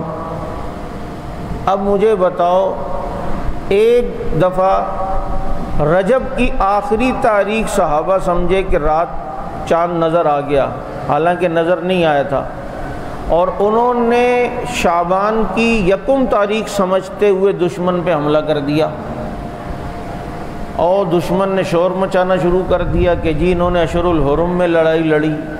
صحابہ پریشان ہو گئے کہ رات کو تو چاند نظر نہیں آیا کیا؟ وہ سمجھے کہ چاند نظر آ گیا، اور یہ سمجھے چاند حالانکہ نظر نہیں آیا تھا۔ اب ان حرام کردہ مہینوں میں ان سے غلطی سے لڑائی ہو گئی، ادھر دشمن نے باتیں بات کرنا شروع کر دی۔ اور یہ بھی تمہیں بتاؤں، پورے قرآن کا مطالعہ کرنا، کہیں ایسا نہیں ہوگا کہ کسی کافر نے صحابی پر یا صحابہ پر اعتراض کیا ہو اور اللہ نے جواب نہ دیا ہو، ایک جگہ ایسی نہیں ہے۔ اور دوسری بات بتاؤں، اگر قرآن کریم میں شان نزول کے اعتبار سے کسی صحابی کی کوئی غلطی کا ذکر اگر آیا، کہیں ایسا نہیں ہوگا کہ اللہ نے اسی کے ساتھ آگے مغفرت اور توبہ کا ذکر نہ کیا ہو، کہیں ایک جگہ بھی نہیں ہے، یا اپنے فضل کا ذکر نہ کیا ہو، یا اپنی رحمت کا ذکر نہ کیا ہو، یا اپنی توبہ کا ذکر نہ کیا ہو۔ یہ دیکھ لو، وَلَوْ أَنَّهُمْ إِذْ ظَلَمُوا أَنفُسَهُمْ جاؤگا، ادھر تو توبہ کا ذکر نہیں ہے بلکہ جنت کا ذکر ہے، تاکہ ان پر کوئی انگلی بعد میں نہ اٹھائے۔ یہ اتنے لاڈلے، اور اس سے اندازہ کرو کہ ان کی اہمیت اللہ کی نظر میں، نبی کی نظر میں، اسلام کے ہاں ان کی کیا اہمیت ہے، کہ یہ وہ طبقہ ہے جسے محفوظ رکھنا ہے۔ یہ مشکوک ہو گیا تو سارا دین مشکوک ہو جائے گا۔ احد میں صحابہ کی پسپائی ہوئی نا، تھوڑی بہت اللہ رب العزت نے ان کے متعلق جو ہے وہ تنبیہ فرمائی، تو آگے کیا فرمایا؟ وَلَقَدْ عَفَا اللَّهُ عَنْهُمْ، اللہ نے انہیں معاف کر دیا ہے۔ کہیں ایسا نہیں ہوگا کہ صحابہ پر تنقید اور اللہ جواب نہ دے، اور کہیں ایسا نہیں ہوگا کہ صحابی کی کسی غلطی کے ذکر اور قرآن ساتھ میں توبہ اور مغفرت کا ذکر نہ کرے، یا فضل اور رحمت کا ذکر نہ کرے، ایک جگہ بھی نہیں ہے۔ بلکہ آپ نے جمع کی ہے نا وہ ساری، میں نے دور تفسیر آیات صحابہ میں ان سے کہا تھا، الحمدللہ انہوں نے وہ ساری آیات جمع بھی کی ہیں جہاں ساتھ میں توبہ اور مغفرت کا ذکر ہے۔ اور اچھا، تو کیا بات سے نکلی تھی بات؟ صلی اللہ علیہ النبی الامی، کہ صحابہ نے حملہ کر دیا دشمن پر۔ اب انہوں نے باتیں شروع کی، ادھر جہاد سال کے 12 مہینے حلال ہو گیا۔ اللہ نے پہلے تو کہا کہ یہ کہتے ہیں الفتنۃ اشد من القتل، یہ جو تم لوگ فتنہ کرتے ہو تو قتل سے بڑی بات ہے۔ اب یہ سال کے 12 مہینے جہاد اگر ان کی اس خطا کی وجہ سے حلال ہوا، اب مجھے بتاؤ اگر صحابہ کرام سے یہ غلطی نہ ہوتی تو ادھر ان 4 مہینوں میں امریکہ بمباری کر رہا ہوتا، اور ادھر سے خان صاحب کہتا وہ سب کو میار دے میش کے جہاد آرام کرے دے بر نسوار اخرا کوا، اس کا بس مزے کا والم بچے یکشی اور سب کچھ ہو جائے۔ اور اب بتاؤ ادھر سے امریکہ بمباری کرتا رہتا اور یہ خان صاحب ادھر نسوار کھاتے رہتے، تو کچھ بھی نہیں کر سکتے تھے۔ اگر آج امریکہ افغانستان سے بھاگا ہے نا، یہ بھی صدقہ نبی علیہ السلام کے صحابہ کی خطا کا ہے، جس کی وجہ سے سال کے 12 مہینے نہیں تو رجب میں ذوالقعدہ، ذی الحجہ، محرم اگر یہ سب نہیں ہوتا تو محرم میں خوشخبریاں کہاں سے ملتی، یعنی کہ وہ تو اب جناب بھائی محرم میں ہی فتح ہوا تھا نا کابل، محرم میں ہوا ہے نا۔ اچھا تو اس لیے میں کہہ رہا ہوں کہ صحابہ کی خطائیں رحمت کی گھٹائیں، ایسی بہت ساری مثالیں ہیں۔ وہ بڑے میں نے اس میں قرآن کریم کی آیت شان نزول کے اعتبار سے یہ چیزیں بیان کی ہیں کہ ان سے ہونے والی خطائیں، ان کے تو سونا بھی ہمارے لیے رحمت ہے یار۔ پہلے آپ کو پتہ ہے نا روزہ کیسا سخت ہوتا تھا، افطار سے تھوڑی دیر پہلے جو سو گیا اور افطار کا ٹائم نیند میں داخل ہو گیا، اب اسے دوسرے دن بھی روزہ رکھنا پڑتا ہے۔ ایک صحابی جو وہاں آئے ہیں اور ابن سرمہ رضی اللہ تعالیٰ عنہ، اور بیگم سے کہا کہ افطار پورے دن کی مزدوری کر کے گرمی کا روزہ، کہا افطار بناؤ جلد، انہوں نے کہا بس آپ بیٹھو میں لاتی ہوں۔ ادھر ان کی آنکھ لگ گئی اور افطار کے ٹائم میں سو رہے ہیں۔ اب جب اٹھے تو افطار کا ٹائم گزر گیا، اب دوبارہ دوسرے دن بھی روزہ رکھنا پڑا، کمزوری ہو گئی، بے ہوش ہو گئے، سب کچھ ہوا۔ ان کے یہ سونا بھی اتنا ہوا کہ اللہ نے حکم بدل دیا اتم الصیام الی اللیل، کہ جناب رات تک تم روزہ رکھ سکتے ہو۔ ان کی خطائیں بھی رحمت کی گھٹائیں بنی ہیں۔ بلکہ میں ایک جملہ کہا کرتا ہوں کہ ہم سے غلطی ہو تو کہتے ہیں لمحوں نے خطا کی صدیوں نے سزا پائی، اور صحابہ وہ ہیں کہ جن کے بارے میں ہم کہتے ہیں لمحوں نے خطا کی صدیوں نے جزا پائی، صدیوں نے۔ تو اگر دل میں محبت ہونا تو کوئی چیز بھی آدمی اس طریقے سے ان کی ہر چیز میں حسن نظر آئے گا۔ غالباً سعد، مجھے کسی نے کہا سعد رضی اللہ عنہ، ایک دوسرے سعد تھے، ان کے بارے میں آتا ہے کہ جب انہیں قبر میں رکھا گیا تو قبر نے تھوڑا انہیں دبایا، تو دیکھو یار صحابی کو عذاب قبر ہو رہا ہے۔ تو میں نے کہا یہ اگر دبایا تھوڑا سا، یہ کتنی دیر کے لیے تھا؟ کہا تھا تو 1-2 سیکنڈ کے لیے ہی۔ تو میں کہا اس کو عذاب قبر کہیں گے؟ کہتے ایسے کیوں ہوا؟ میں نے کہا اصل میں صحابہ نے ہر چیز کو سمجھانا، اللہ نے صحابہ کے ذریعے سمجھانا تھا۔ یہاں اس صحابی کی قربانی لے کر اللہ نے بتایا کہ ثواب و عذاب اسی گڑھے والے قبر میں ہوتا ہے، یہی قبر ہے۔ کہیں تم سمجھو کہ کہیں برزخ میں قبر ہے یا ادھر قبر ہے یا ادھر قبر ہے یا ادھر قبر ہے، اللہ نے بتایا اسی گڑھے کا نام قبر ہے۔ تو یہ بتانا تھا، یہ سمجھانا تھا، یہی وہ قبر ہے، تاکہ بعد میں جو ہیں وہ جو لوگ آئیں گے جو اس قبر کا انکار کریں گے، اچھا جیسے یہ مسعود الدین والے ہیں، یہ حزب اللہ والے، کماڑی والے، کہتے ہیں یہ قبر تھوڑی ہے، قبر تو برزخ میں ہوتی ہے اور وہاں ہوتی ہے، اس قبر میں عذاب ثواب تھوڑی ہوتا ہے، وہاں ہوتی ہے۔ اچھا ایک کتاب ان کی پڑھو، قبر پرستی، قبر کے اوپر چراغ جلانا حرام، قبر پہ سجدہ کرنا حرام۔ اور بھائی جب یہ قبر ہی نہیں ہے تو اس پہ چراغ جلانا کہاں سے حرام ہو گیا؟ اس پہ سجدہ کرنا کہاں سے حرام ہو گیا؟ پھر تو اس قبر کے اوپر ہم موم بتیاں بھی، اگربتیاں بھی اور شگربتیاں بھی جلا سکتے ہیں۔ اب اگر وہ کہیں نہیں قبر پہ منع ہے، تو قبر جب یہ ہے ہی نہیں تیرے نزدیک، تو اب ادھر حرام ہونے کے لیے قبر بن گئی اور عذاب ہونے کے لیے قبر کوئی اور ہے۔ سمجھ آ رہی ہے بات کہ نہیں آ رہی؟ تو یہ تھوڑی دیر کے لیے اگر کچھ ہوا تو یہ بھی امت کو ایک بہت بڑا مسئلہ اللہ نے ایک صحابی کے ذریعے سے سمجھایا ہے۔ تو صحابہ کی خطائیں بولو رحمت کی گھٹائیں۔ اب صحابی،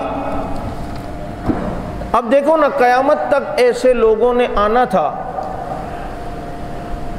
بہت سے ایسے واقعات ہونے تھے کہ کوئی آدمی مسلمان ہے لیکن بعد میں وہ کافر ہو جائے، اور پھر اسے کبھی اللہ تعالیٰ کرے ہدایت دے، کوئی تبلیغی ساتھی اس کے پاس پہنچ جائیں، اب وہ دوبارہ مسلمان ہونا چاہتا ہے، تو آیا اس کا اسلام دوبارہ قبول ہوگا یا نہیں ہوگا؟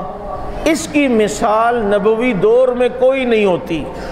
اگر ایک عبداللہ بن ابی سرح رضی اللہ تعالی عنہ کی یہ قربانی نہ لی جاتی، ان کے اس عمل سے کہ وہ کچھ دن حالت ارتداد میں رہے، پھر توبہ کر کے مسلمان ہو گئے، اللہ نے پوری دنیا کو، آنے والے لوگوں کو مسئلہ سمجھایا کہ اگر ماحول اور حالات اور یورپ اور مغرب میں رہنے کی وجہ سے کوئی کافر ہو گیا اور بعد میں اس کے دل میں دوبارہ اسلام کی رمق جاگی اور مسلمان ہونا چاہتا ہے، آیا دوبارہ اس کا اسلام قبول ہے یا نہیں ہے؟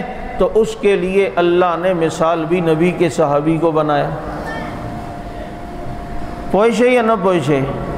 سمجھ آ رہی ہے بات؟ تو صحابہ کی خطائیں بولو۔ اب اگلی بحث، صحابہ معیار حق ہیں، صحابہ اور قرآنی دلائل اس پر۔ پہلی تو بات وَإِذَا قِيلَ لَهُمْ آمِنُوا كَمَا آمَنَ النَّاسُ، چونکہ تمیدی بات بہت لمبی ہو رہی ہے لیکن ہے بھی ضروری، آگے اعتراضات جو ان کے جوابات بھی آئیں گے، خصوصاً حضرت معاویہ رضی اللہ عنہ پر جو اعتراضات ہیں ان کے جوابات کو سننا اور سمجھنا یہ ضروری ہے۔ اب وہ پتہ نہیں ہفتے والے دن آتا ہے نمبر یا کل آتا ہے یا کب آتا ہے۔ کل باقی صحابہ کرام کے متعلق بھی ہوگا، ابو بکر صدیق پر کیا اعتراض ہوتے ہیں، حضرت عمر پہ کیا اعتراض ہوتے ہیں، دیگر صحابہ کرام پر، یہ ساری چیزیں چند ایک آئیں گی تاکہ ساتھ ساتھ میں اصول پتہ چلتا جائے اور حقیقت پتہ چلتی جائے کہ بات یہ تھی اور اسے پتنگڑ یوں بنایا گیا۔ اب جناب صحابہ ہمارے لیے کسوٹی ہیں، پیمانہ ہیں، معیار ہیں۔ قرآن کہتا ہے وَإِذَا قِيلَ لَهُمْ آمِنُوا كَمَا آمَنَ النَّاسُ، اللہ کے نبی صحابہ کو معیار بناتے ہوئے کافروں سے کہتے ہیں کہ ایسے ایمان لاؤ جیسے میرے یہ صحابہ ایمان لائے۔ تو یہ صحابہ کی معیار حق ہونے کی پہلی دلیل۔ فَإِنْ آمَنُوا بِمِثْلِ مَا آمَنْتُمْ بِهِ فَقَدِ اهْتَدَوْا، ایمان تمہارا ایسا ہو جیسے صحابہ کا تو تب تم کامیاب ہو، ہدایت پاؤ گے۔ یہ دوسری دلیل۔ تیسری دلیل وَمَن يُشَاقِقِ الرَّسُولَ مِن بَعْدِ مَا تَبَيَّنَ لَهُ الْهُدَىٰ، اللہ کہتے ہیں کہ ہدایت آنے کے بعد جس نے رسول کی مخالفت کی، اور وہ رسول کی مخالفت کیسے ہوگی؟ وَيَتَّبِعْ غَيْرَ سَبِيلِ الْمُؤْمِنِينَ، جس نے مومنین کا راستہ چھوڑ دیا، اتباع نہ کی۔ مجھے بتاؤ جب قرآن اتر رہا تھا اس وقت مومنین کون تھے؟ تو پتہ چلتا ہے کہ مومنین کا راستہ چھوڑنا یہ در حقیقت رسول کی مخالفت ہے۔ کس کی مخالفت ہے؟ رسول کی۔ چوتھی دلیل السابقون الاولون من المہاجرین والانصار والذین اتبعوہم باحسان، یہ مہاجرین اور انصار یہ سبقت لینے والے ہیں، اور جو ان کی اتباع کرے گا تو رضی اللہ عنہم ورضوا عنہ، اللہ ان سے بھی ایسے ہی راضی ہوگا جیسے صحابہ سے راضی ہوا۔ سمجھ آ رہی بات؟ اور پھر درایتاً بھی دیکھیں، عقلاً بھی دیکھیں تو وہ کسوٹی اور پیمانہ اور معیار ہیں، اور آج تک امت ان کو معیار جو نہیں بھی مانتے تو عملی طور پر مانیں گے۔ کیوں؟ اگر صحابہ کرام کا عمل حجت نہیں ہے تو یہ قرآن پڑھنا چھوڑنا ہوگا، کیونکہ یہ قرآن کتابی شکل میں ابو بکر صدیق رضی اللہ عنہ کے دور میں صحابہ کرام کی مشاورت سے لکھا گیا ہے۔ ایسا ہی ہے یا نہیں ہے؟ پھر اسے جمعے کی دوسری اذان چھوڑنی پڑے گی، کیونکہ دوسری اذان حضرت عثمان رضی اللہ عنہ کے دور میں ہوئی، شروع ہوئی۔ کسوٹی ہیں یا نہیں ہیں؟ خیر القرون قرنی ثم الذین یلونہم ثم الذین یلونہم، اور وہ جو مشہور حدیث ہے کہ انا للہ و انا الیہ راجعون، علیکم بسنتی و سنت الخلفاء الراشدین۔ اور پھر آپ کو یہ پتہ ہے کہ حضرات صحابہ کرام پیمانہ ہیں، کسوٹی ہیں، معیار ہیں، اور معیار حق ہیں، اور حضرات صحابہ کرام رضوان اللہ علیہم اجمعین کے معیار حق ہونے پر میں نے یہ چند ایک دلائل مختصراً آپ کے سامنے جو ہیں وہ رکھیں۔ اب عملی طور پر میں نے کہا بہت سے کام ایسے جو ہم کر رہے ہیں جو صحابہ کرام کے معیار ہونے کی سب سے بڑی کیا ہے دلیل ہے۔ تیسری بات یہ ہے کہ ہم کہتے ہیں کہ نبی کی سنت پر عمل کریں، تو سنت کی عام فہم تعریف یہ ہے کہ نبی علیہ الصلوۃ والسلام نے ایک کام کیا اور اس کام کو صحابہ نے بھی کیا تو یہ امت کے لیے سنت ہے۔ دیکھو یہی فرق ہے حدیث اور سنت میں۔ کسی جگہ قرآن و سنت میں یہ نہیں آیا کہ علیکم بالحدیث، کہ تم پر حدیث پہ چلنا لازم ہے۔ ہمیشہ جہاں بھی ترغیب آئے گی وہ سنت کی۔ ترکت فیکم امرین کتاب اللہ بولو و سنتی، علیکم بسنتی و سنت الخلفاء الراشدین۔ کیونکہ حدیث اور سنت میں بنیاد حدیث مطلق قول نبی، فعل نبی، تقریرات نبی، نبی کا قول، نبی کا فعل مطلق، یہ کیا ہے؟ اور ہمیں سنت پہ چلنے کا حکم ہے، حدیث پہ چلنے کا حکم نشتہ۔ کیونکہ حدیث میں تو ایک اللہ کے نبی نے ایک وقت میں 9 بیویاں رکھی ہیں، حدیث ہے یا نہیں ہے؟ لیکن امت کے لیے سنت کیا ہے؟ ایک وقت میں زیادہ سے زیادہ بولو 4۔ کیونکہ میں نے ابھی کہا کہ سنت کی عام فہم تعریف یہ ہے کہ ایک عمل نبی کا جو صحابہ نے کیا وہ امت کے لیے سنت ہے، اور جو عمل نبی کا صحابہ نے نہیں کیا وہ نبی کی خصوصیت ہوگی، امت کے لیے سنت نہیں ہے۔ جیسے یہ 4 نکاح نبی نے تو ایک وقت میں 9 رکھے۔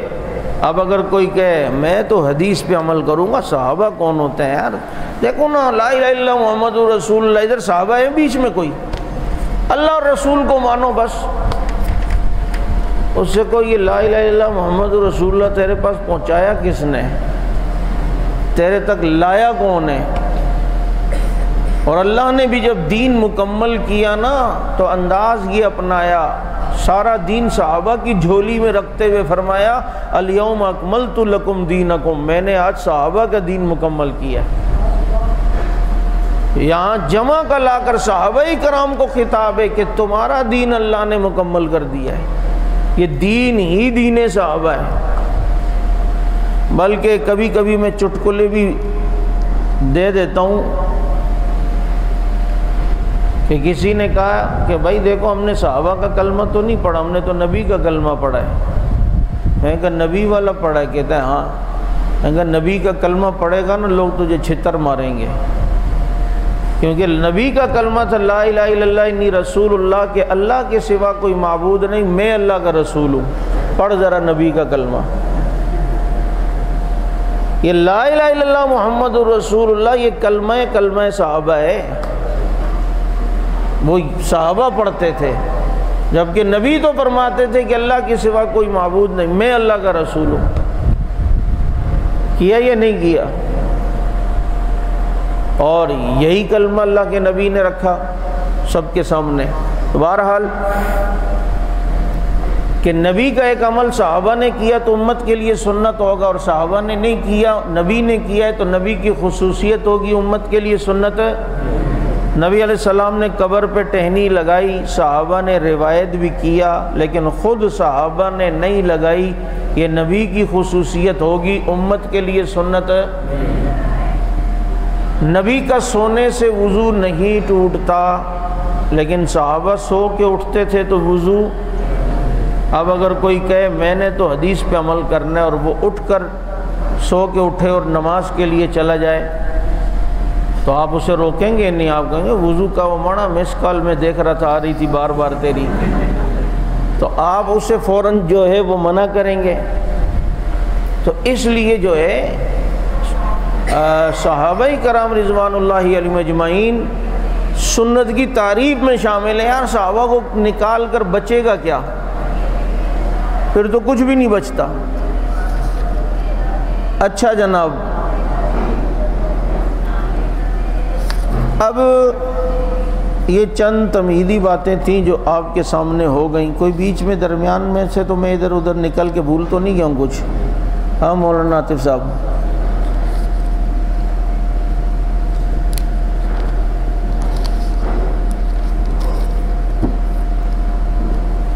اب جب یہ تمہیدی طور پر یہ چند باتیں آپ حضرات سمجھ گئے ہیں تو ایک بات اور سمجھ لیں کہ اہل سنت کا ایک عقیدہ ہے کہ الصحابۃ کلہم عدول، صحابہ سارے عادل ہیں. اب عدالت صحابہ کیا ہے؟ عدالت صحابہ یہ ہے کہ جب ہم کہتے ہیں صحابہ عادل ہیں تو مراد یہ ہوتی ہے کبائر سے بچنے والے اور صغائر پر اصرار نہ کرنے والے. کبائر سے بچنے والے، گناہ کبیرہ سے بچنے والے اور گناہ صغیرہ پر اصرار نہ کرنے والے، یہ عدالت کی تعریف ہے. اور اس کے لیے قرآن کی دلیل کیا ہے؟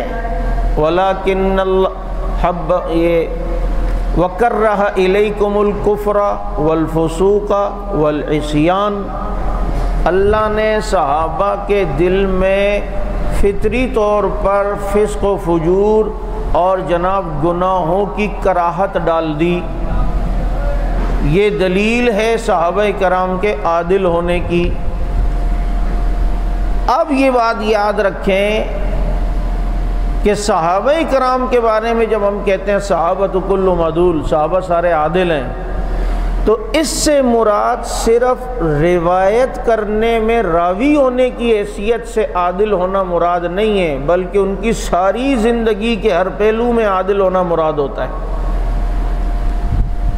یہ اس لیے کہہ رہا ہوں کہ بہت سے لوگ الصحابۃ کلہم عدول کو نہ سمجھتے وہ کہتے ہیں کہ بھائی یہاں جو کہا گیا ہے صحابہ عادل ہیں تو مطلب یہ کہ جب حدیث کی روایتوں میں کوئی صحابی آ جائے تو اس کے اوپر جرح نہیں ہوگی، کیونکہ صحابہ روایت کرنے میں عادل ہے، جھوٹ نہیں بولے گا کہ اللہ کے نبی نے یہ فرمایا ہے. باقی باہر کی خارجی زندگی میں ان کا ہر پہلو میں عادل ہونا، گناہوں سے بچنا یہ ضروری نہیں ہے. تو ایسے لوگوں سے آپ سوال کریں کہ جب ہم کہتے ہیں فلاں راوی عادل ہے تو اس سے مراد ہی یہ ہوتی ہے کہ اس کی خارجی زندگی گناہوں سے بچی ہو.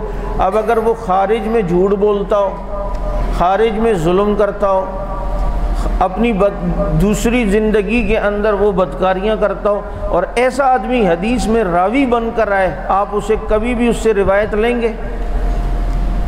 آپ کبھی کہیں گے کہ یہ عادل ہے، اس کی حدیث میں ہم جناب روایت کو قبول کریں گے؟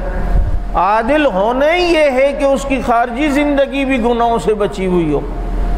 اب آپ کے روایت لینے میں وہ عادل ہیں اور پچھلی باقی زندگی میں آپ کا نہیں، وہ گناہ بھی ہوتے تھے، گناہ بھی کرتے، اس پر عادل ہونا ضروری نہیں ہے. اب اگر خارجی زندگی میں فاسق فاجر ہے تو مجھے بتاؤ روایت میں کیسے عادل ہو سکتا ہے؟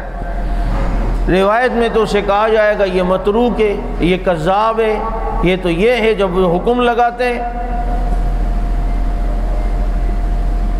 اسی لیے وہ عامر لیاقتی کے پروگرام میں کسی نے کہا تھا جی وہ جو صحابہ عادل ہیں تو وہ جو ان سے گناہ ہوئے ہیں تو یہ، تو پھر اس کے جواب کے لیے وہ کہتے ہیں حنیف قریشی کو جو خود عادل نہیں ہے، نسبن بھی اور حسبن بھی. ہمارے پاس اس کے دلائل ہیں. کیا ہوا ہمارا رخ اس طرف پھر گیا تو ہم انہیں چھوڑ دیں گے کیا؟ جب بدعات اور شرک کی معاملے میں آئیں گے تو الحمدللہ وہاں بھی سد سکندری بنے ہوئے نظر آئیں گے، اور انشاءاللہ کورس میں پڑھاؤں گا بھی تھوڑا تھوڑا، چھوڑتے تو نہیں ہیں. اب جناب وہ آگے سے کہتے اصل میں بات یہ ہے کہ وہ صحابہ عادل ہیں تو مراد اس کی ہوتی ہے وہ راوی جب صحابی آ جائے تو وہ عادل ہوتے. روایت میں باہر ہونا ان کا روایت سے ہٹ کر باقی زندگی میں عادل ہونا، گناہوں سے بچنا ضروری نہیں ہے. کھوتیدہ پتر.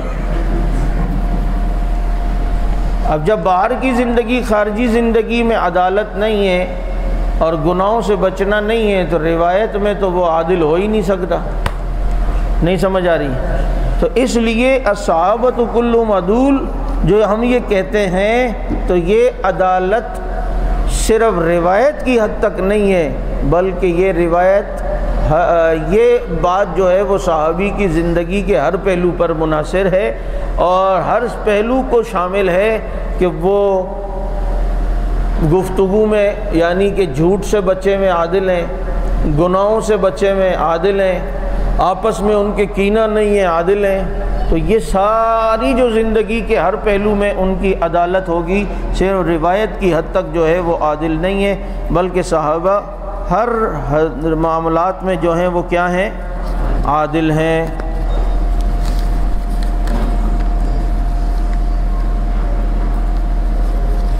اب ایک بات یہ یاد رکھیں، صحابہ کرام رضوان اللہ علیہم اجمعین پر جو اعتراضات کیے جاتے ہیں، یہ اصول آپ سمجھ گئے ہوں گے، تو اس کے تناظر میں وہ اعتراضات کا سمجھنا جو ہے وہ آپ کے لیے آسان ہو جائے گا۔ مثلاً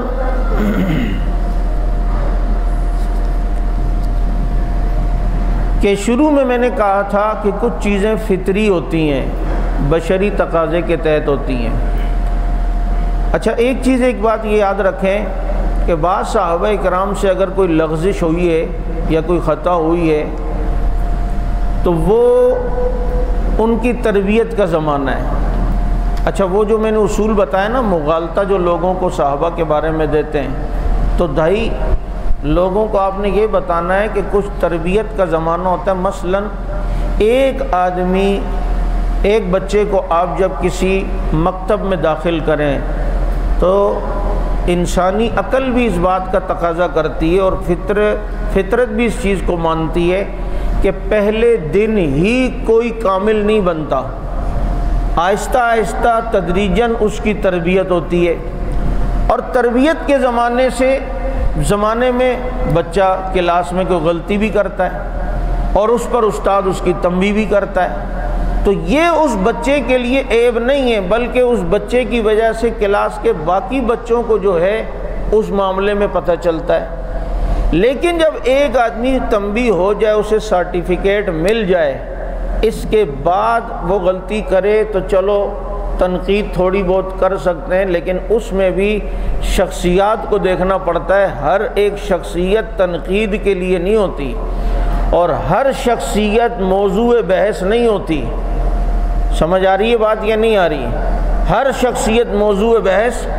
اب یہاں پر یہ جو مرزا انجینئر اور اس ٹائپ کے لوگ ہیں نا، اچھا میں نے آپ کو شروع میں کہا تھا کچھ چیزیں مجھے ساتھ ساتھ یاد آئیں گی، جگہ چھوڑ چھوڑ کے لکھیں، کہ اس طرح کے ذہن والے لوگ پتہ ہے کیا کرتے ہیں؟ اس طرح کے ذہن والے لوگ صحابہ کی ایک تو تربیت کے زمانے کی بات کو اچھالتے ہیں، اور دوسرا جو ہے وہ حضرات صحابہ کرام رضوان اللہ علیہم اجمعین کی اس تربیت والی بات کو لے کر باقی کے خلاف جو ہے وہ پروپیگنڈا کرنے کی کوشش کرتے ہیں، اور ان کا ذہن یہ ہوتا ہے کہ یہ کہتے ہیں اصل میں ہم حقیقت پسند ہیں۔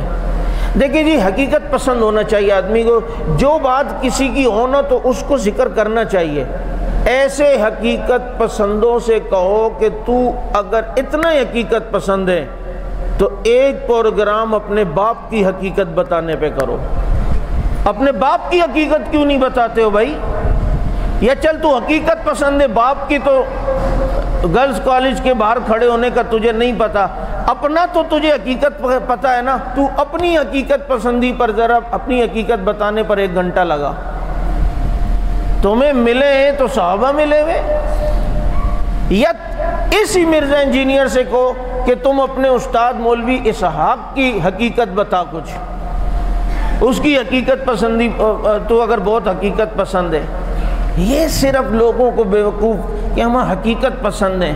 اگر کوئی آپ کے سامنے یہ بات کرے اصل میں ہم حقیقت پسند ہے، جو حقیقت ہے اس کو رکھتے ہیں، اور اس کو کہ اپنے اماں کی حقیقت بھی بتا، اگر تو اتنا حقیقت پسند ہے، اپنے ابا کی حقیقت، دادا کی حقیقت وہاں کیوں نہیں بتا رہا؟ اگر حقیقت پسند ہے، ملے تو تجھے نبی کے صحابہ ملے۔ اور تاریخی اعتبار سے کسی صحابی کے بارے میں ایک اصول یہ بھی ساتھ میں اس میں ایڈ کریں، اگر کوئی ایسا لفظ مل جائے جس کے کئی معنی نکلتے ہوں تو صحابہ کی شخصیت، نبی کی صحبت، نبی کے شاگرد ہونے کی حیثیت اور لاج رکھتے ہوئے اور نبی کے ساتھ نسبت رکھنے کی کچھ حیا کرتے ہوئے اچھے معنی میں اس لفظ کو لیا جائے گا، اس لفظ کے اگر کئی پہلو نکلتے ہوں۔ دیکھو نا، نبیوں کے بارے میں، حضرت آدم کے بارے میں وعصا کا لفظ نہیں ہے، لیکن اگر کوئی وہاں عصا کو گناہی کے معنی میں لے، یا فغوا کا لفظ نہیں ہے قرآن میں، یا خود نبی کے لیے نہیں ہے وَوَجَدَكَ ضَالًّا فَهَدَىٰ، تو ضالًّا کے کئی معنی، تو شان نبوت کے جو خلاف معنی ہے اس کو نہیں لیا جائے گا، جو شان نبوت کی شان کے مطابق یہ معنی وہ مراد لیا جائے گا۔ ایسے کسی صحابی کے متعلق کوئی لفظ آئے تو وہ اس لفظ کے کئی معنی بنتے ہوں تو وہ معنی مراد لیا جائے گا، وہ مفہوم مراد لیا جائے گا جو شان صحابیت کے خلاف نہ ہو۔ پوچھے یا نہ پوچھے، یہ سارے اصول یاد رکھنے ہیں، آگے یہ بات جو چلیں گی ان پر اعتراضات کے جوابات یہ وہ یاد آئیں گے اور اس میں یہ کام آئیں گے۔ تو بعض صحابہ کی تربیت کے زمانے میں اگر کوئی ایسی فطری طور پر یا بشری تقاضے یا بشری کمزوری کے تحت اگر ان سے کوئی ایسی بات لغزش ہو گئی، وہ قابل مواخذہ نہیں ہے، کیونکہ اللہ نے بعد میں معاف بھی کر دیا ہوتا ہے، اور اللہ رب العزت نے بعد میں کیا کہتے ہیں ان کے حق میں اعلان بھی جو ہے وہ فرما دیا ہوتا ہے، تو وہ ان کی تربیت کا جو ہے وہ زمانہ ہوتا ہے۔ اب اعتراض حضرات صحابہ کرام رضوان اللہ علیہ مجمعین پر مثلا ایک کیا جاتا ہے کہ دیکھو جی جمعے کا خطبہ چھوڑ کر وہ صحابہ بھاگ گئے، نبی کو کھڑا چھوڑ کے نبی خطبہ دے رہے ہیں اور وہ نبی کے خطبے کو چھوڑے بغیر ادھر تجارتی قافلہ آیا تو سارے وہاں بھاگ کے چلے گئے۔ اچھا، اس میں جب دل میں بغض ہوتا ہے نا تو ملمہ کاری کر کے بھی بتایا جاتا ہے، وہ جی صحابہ یوں بھاگ گئے اور وہ یوں نبی کو خطبہ دیتے ہوئے کھڑے چھوڑ کے چلے گئے، جبکہ شروع میں نے آپ کو اصول بتایا، پہلے آپ اس اعتراض کے غبارے سے ہوا نکالو گے، جب آپ ہوا نکال کر بات کرو گے لوگوں کو سمجھ آئے گی۔ جیسے مثلا میں نے کہا کہ اگر کوئی کہ صحابہ سے تو گناہ بھی ہوئے ہیں تو غبارے کی ہوا نکالتے ہوئے کیا پن چبو گے، کیا بولو گے، کتنی ہے، بس ایک دم پھوس وہ کہے گئے تو ہوا نکل گئی میری۔ ایسے ہی میں ہوائیں نکالنے والے الحمدللہ کوشش کرتا ہوں، اعتراض جب ہو نا پہلے اس کی ہوا نکالو، پھر جو ہے نا اس کی بات بھرو، اور پھر اگلے والے میں ہوا ایسی بھرو کہ وہ اس کو پتہ چلے کہ پلٹ کے دیکھو ظالم تمنا ہم بھی رکھتے ہیں، اگر تو سنگ مرمر ہے تو پتھر ہم بھی رکھتے ہیں۔ اب خان صاحب نے رکشے کے پیچھے لکھا ہوا تھا، پلٹ کے دیکھو ظالم تمنا ہم بھی رکھتے ہیں، اگر تو کار رکھتی ہے تو رکشہ ہم بھی رکھتے ہیں۔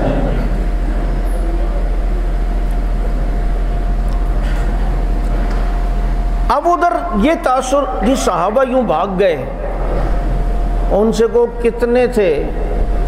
مدینہ منورہ میں ابھی نیا دور ہے، جو ابھی نئے مسلمان ہوئے ان میں سے چند ایک افراد۔ اچھا، بات یہ ہے کہ اس کی پہلی ہوا نکالی، ایک تو پہلی ہوا یہ نکالنی ہے کہ سورہ جمعہ میں اس کی طرف اشارہ ہے، یا ایھا الذین آمنوا اذا نودی للصلاۃ من یوم الجمعۃ فاسعوا الی ذکر اللہ وذروا البیع ذلکم خیر لکم ان کنتم تعلمون فاذا قضیت الصلاۃ فانتشروا فی الارض وابتغوا من فضل اللہ واذکروا اللہ کثیرا لعلکم تفلحون واذا رأوا تجارۃ او لہوا انفضوا الیہا وترکوک قائما قل ما عند اللہ خیر من اللہو من التجارہ واللہ خیر الرازقین۔ وترکوک قائما، چھوڑ کر نبی کو کھڑا ہوا خطبے میں چھوڑ کر چلے گئے۔ یہ تربیت کا زمانہ، یہ وہ ابھی نئے لوگ جو مسلمان ہوئے، پہلی بات یہ یاد رکھو مدینے میں قحط پڑا ہوا تھا، اور اتنا قحط تھا کہ لوگوں کے لیے جینا مشکل ہوا تھا۔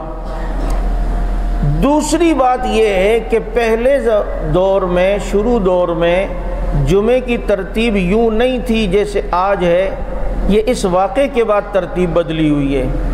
پہلے جیسے آج ہوتا ہے، پہلے خطبہ ہوتا ہے اور پھر نماز ہوتی ہے، اس وقت پہلے نماز ہوتی تھی، خطبہ بعد میں ہوتا تھا۔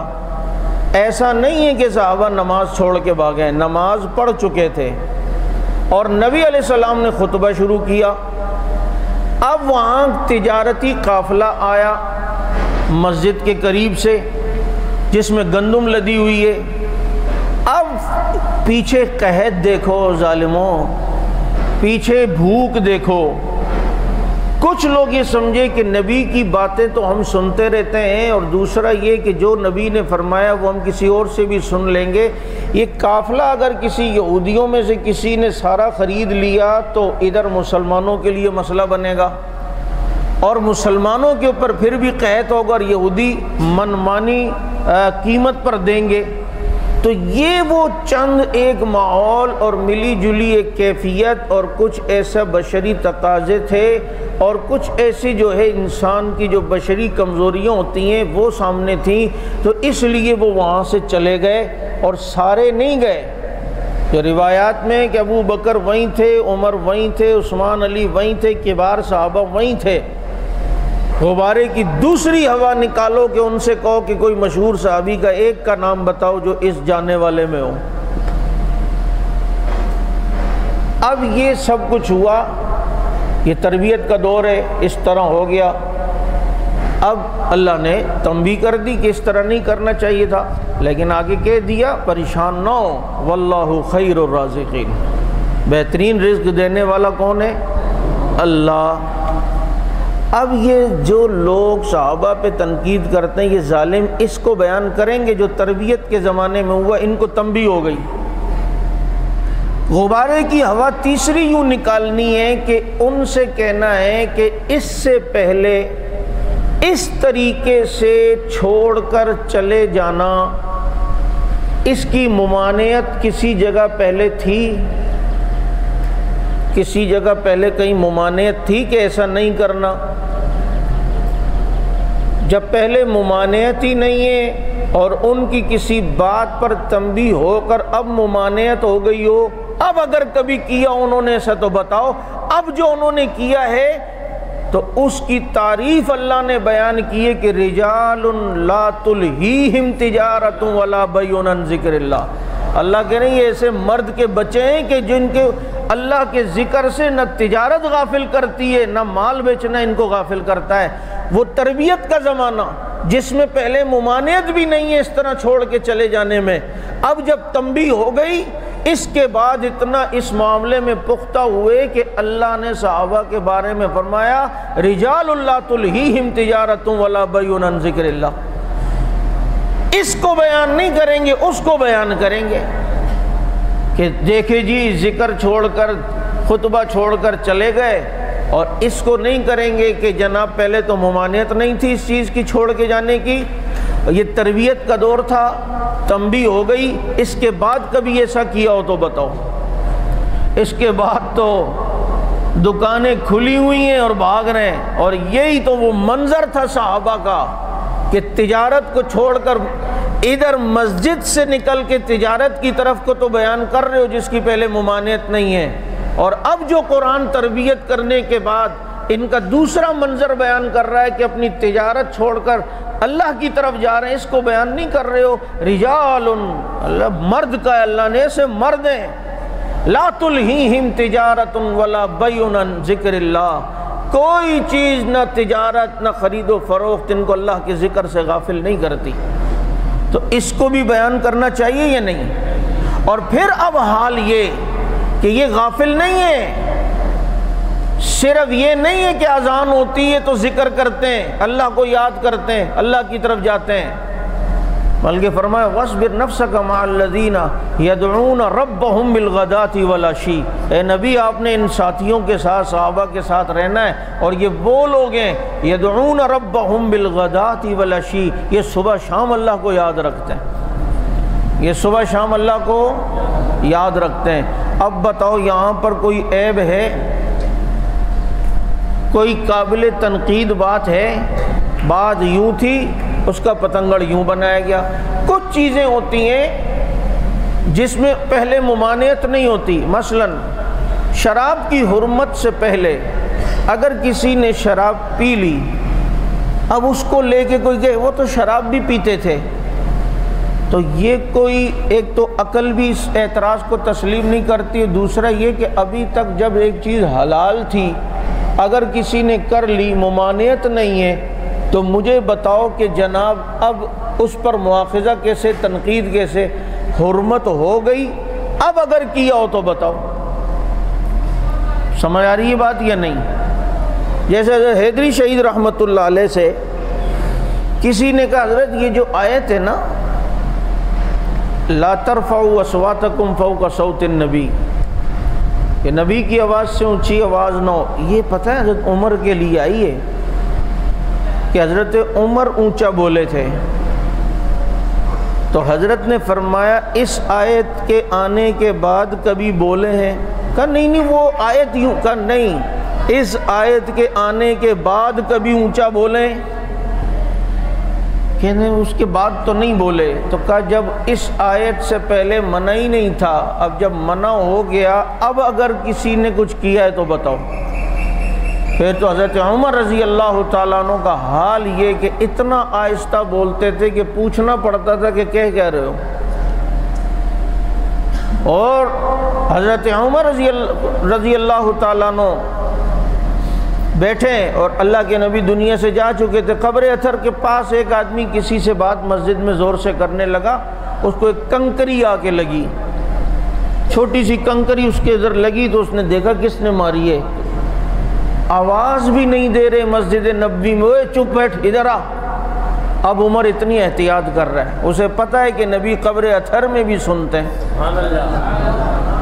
چنانچہ اس کو بلایا اور کہا تم مدینے کے نہیں لگتے ہو، باہر کے لگ کے رہا۔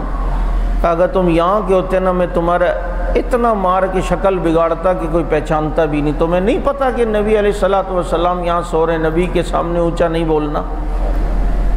لا ترفعوا اصواتکم فوق صوت النبی، تو بعد میں تو پھر اتنی احتیاط ہے۔ تو بھائی جب حضرات صحابہ کرام رضوان اللہ علیہم اجمعین اگر کوئی کام ایسی تنبیہ اس کے بعد کیا ہو تو لا کر بتاؤ۔ تاثر یہ دینے کی کوشش ہوتی ہے کہ صحابہ ایسے تھے، صحابہ، اور بات ایک آدمی کی دو کی ہوتی ہے، اس کو لے کے سارے صحابہ پر تنقید کرنا یہ بددیانتی ہے، بددینی ہے، اور اپنے کو گمراہ کرنے کے مترادف ہے۔ اس لیے حضرات صحابہ کرام رضوان اللہ علیہم اجمعین، اب دیکھیں اصل میں یہ ممبران اسمبلی کے نام ایک شیعہ نے جو ہے نا ایک کتاب لکھی تھی، اور اس میں اس نے کہا جی یہ صحابہ بل جو پیش ہو رہے ہیں تو صحابہ تو ایسے بھی تھے اور ایسے بھی تھے، اور اس میں ایک اعتراض کرتا ہے کہ وہ تو نبی کی تقسیم پر راضی بھی نہیں تھے، مال غنیمت پہ نبی نے تقسیم کیا تو ایسے بھی تھے جنہوں نے کہا کہ آپ خیانت کر رہے ہیں اور مال غنیمت میں تقسیم میں جو ہے وہ انصاف نہیں کر رہے۔ اب دیکھو اب یہ نہیں اسمبلیوں میں بیٹھوں والوں کو کیا پتہ، ان کو کلمہ نہیں آتا تو ان کو کیا پتہ صحابی کون ہوتا ہے کیا نہیں ہوتا، اس کی کیا حیثیت ہوتی ہے۔ اب وہ خلط ملط کیا کر رہا ہے، وہی اصول جو میں نے آپ کو بتلایا کہ غلط فہمی پیدا کرنے کا ان کا ایک طریقہ ہوتا ہے کہ منافقین اور صحابہ کو خلط ملط کر کے پیش کرتے ہیں۔ یہ واقعہ یوں ہوا ہے کہ ہرقوس نام کا ایک شخص ابن زہیر یہ منافق تھا، اور اللہ کے نبی نے جو تقسیم کی مال غنیمت تو اس نے کہا کہ آپ انصاف نہیں کرتے، تو فرمایا وما کان لنبی ان یغل، چنانچہ یہ اعتراض اس نے کیا تھا، اور یہ کون تھا؟ یہ صحابی نہیں تھا بلکہ یہ وہ شخص ہے کہ آپ کو میں صحابہ کی کرامت بتاؤں۔ ایک بات یاد رکھو، اللہ نے صحابہ کو رضی اللہ کا ٹکٹ دیا ہے، صحیح ہے، یہ بات آپ نے رکھنی ہے، کبھی آپ نے کہیں جمعہ پڑھانا ہے یا کوئی اعتراض کرنے والے صحابہ پر آئے تو آپ نے بات یوں سے کرنی ہے کہ صحابہ سے اللہ راضی ہے یا نہیں ہے؟ وہ کہے گا ہاں اللہ نے رضا کا اعلان کیا ہے، تو کہو پھر تجھے کیا تکلیف ہے اب ان کی تنقیدیں کر رہے ہیں ان پر؟ تو کہ نہیں، نبی کے بعد جو انہوں نے جو کچھ کیا تو اس لیے پھر بعد میں تو ان سے ہوا نا، کہ بعد میں کیا ہوا ہے؟ کچھ نہیں ہوا ہے۔ اس سے کہیں کہ پہلی بات یہ ہے کہ اللہ نے جو صحابہ کو رضی اللہ عنہ کا ٹکٹ دیا تو اپنے علم کے اعتبار سے یہ ایسے ہی تکا مار کے دیا ہے؟ وہ کہے گا نہیں، اللہ کے علم کے اعتبار سے اللہ نے دیا ہے۔ تو اللہ کا علم ماضی حال مستقبل تینوں برابر ہیں یا نہیں ہے؟ وہ کہے گا ہاں برابر ہے۔ اس کو دیکھو یار، آپ میرے پاس کسی بندے کو لائیں کہ آپ اسے اپنے دفتر میں نوکری پہ رکھیں، میں اس کو رکھوں، آپ کہیں بڑا اچھا ہے، یقین کریں بڑا نیک ہے، میں نے اس کو آزمایا ہوا ہے، بہت زبردست ہے، اچھی طبیعت کا ایماندار ہے۔ 2 مہینے بعد میں اس کو فون کروں جس نے اس کو رکھوایا، میں کہوں یار یہ تو بڑا بے ایمان ہے، ادھر دراز سے پیسے بھی نکالتا ہے اور ادھر تو اس نے بڑے فراڈ شروع کیے اور تو کہہ رہا ہے بڑا اچھا ہے۔ تو اب جس نے نوکری پہ لگوایا وہ کیا کہے گا کہ یار اس وقت تو اچھا تھا، مجھے اب آگے کا تو نہیں پتہ تھا یہ آگے چل کے اتنا مرزا انجینئر بن جائے، اتنا بے ایمان بن جائے گا، تو اس لیے جو ہے وہ آگے کا تو مجھے نہیں پتہ تھا، اس وقت تو یہ بڑا اچھا تھا۔ یقین کرو نیا 4 مہینے لگا کے آیا ہوا تھا، میں نے دیکھا کہ صوفی ہے تو اس لیے میں نے آپ کو کہہ دیا۔ اب بعد میں یہ مقامی گشت اور مقامی کام میں جڑتا نہیں تھا تو اب بگڑے گا تو صحیح، تو اب مجھے تو نہیں پتہ تھا آگے یہ کرے گا۔ کیوں؟ میں نے آج اگر کسی کو کہا کہ اچھا ہے تو اس کے موجودہ حالت کو دیکھنے کے اعتبار سے اس کے مستقبل کو میں نہیں جانتا۔ کیا اللہ کسی کے بارے میں کہ اچھا ہے تو اللہ کو بھی نعوذ باللہ ایسا ہی ہوتا ہے کہ آگے کیسے ہو جائے گا اللہ کو نہیں پتہ ہو۔ اللہ نے اگر کسی کو اچھا کہا ہے یا رضا کا ٹکٹ دیا ہے تو اللہ کے سامنے اس کا مستقبل بھی تھا، اسی لیے اللہ نے اسے جو ہے رضی اللہ عنہ کا ٹکٹ دیا۔ ایسا نہیں ہے کہ بعد میں انہوں نے بگڑنا تھا اور اللہ کو پتہ نہیں اور بعد میں بگڑ گئے اور نعوذ باللہ اللہ کہ مجھے کیا پتہ تھا آگے یہ ایسے ہوں گے، ورنہ میں رضا کا ٹکٹ ہی نہیں دیتا، اس وقت تو بڑے اچھے تھے، نبی کے ساتھ نمازیں پڑھ رہے تھے تو میں نے رضا کا ٹکٹ دے دیا۔ سامنے والے سے پوچھ کہ اللہ کے علم کو ایسا مانتا ہے؟ نہیں سمجھ آئی آپ کو؟ کہو کہ اللہ کے علم کو ایسا مانتا ہے؟ اللہ نے اگر کسی کو رضا کا ٹکٹ دیا ہے تو اپنے علم کے اعتبار سے، نہیں سمجھ آئی آپ کو؟ اپنے اور دوسری بات بتاؤں، یہ شاید کسی کتاب میں بھی کبھی نہیں پڑھا ہوگا کہ جو بندہ ٹھیک نہیں ہے یا جس نے آگے بگڑنا ہے یا جو منافق ہے، اللہ کے نبی نے کبھی اس کی تعریف بھی نہیں کی اور کبھی اس کو کوئی بشارت بھی نہیں سنائی ہے، یہ یاد رکھنا، کبھی اس کی تعریف بھی نہیں کی کہ کل وہ اسی تعریف کو لے کر لوگوں کو گمراہ نہ کرے، دیکھو اگر میں ایسا خراب تھا تو نبی نے مجھے اسے کیوں کہا۔ یہاں تک کہ غلط لوگوں کی مسجد میں نماز پڑھنے کا ارادہ نبی نے کیا تھا مسجد ضرار میں، اب اگر نبی وہاں نماز پڑھ لیتے، یہ مسجد ضرار کو تو بعد میں کوئی شہید نہیں گرا سکتا تھا کیونکہ نبی نے نماز پڑھ لی۔ اب اس کا نتیجہ یہ ہوتا کہ منافقین کو موقع ملتا، کہتے اگر ہم لوگ غلط ہوتے تو نبی ہمارے پاس آتے، نمازیں پڑھ کے یہاں سے مسجد کا افتتاح ہی نبی نے کیا ہے۔ اللہ نے اس سے پہلے حقیقت بتائی اور مسجد ضرار کو صحابہ کے ذریعے سے مسمار کروایا۔ کبھی نبی نے ایسے شخص کی تعریف بھی نہیں کی۔ اب یہ جو 1400 صحابہ جو بیعت کر رہے تھے نبی سے حضرت عثمان رضی اللہ عنہ کے سلسلے میں، یہ قرآن نازل ہوا لقد رضی اللہ عن المؤمنین اذ یبایعونک تحت الشجرہ، اللہ ان سے راضی ہو گیا ہے، اللہ نے ان سے رضا کا اعلان بیت رضوان اس کو کہتے ہیں، ان کے مستقبل دیکھتے ہوئے۔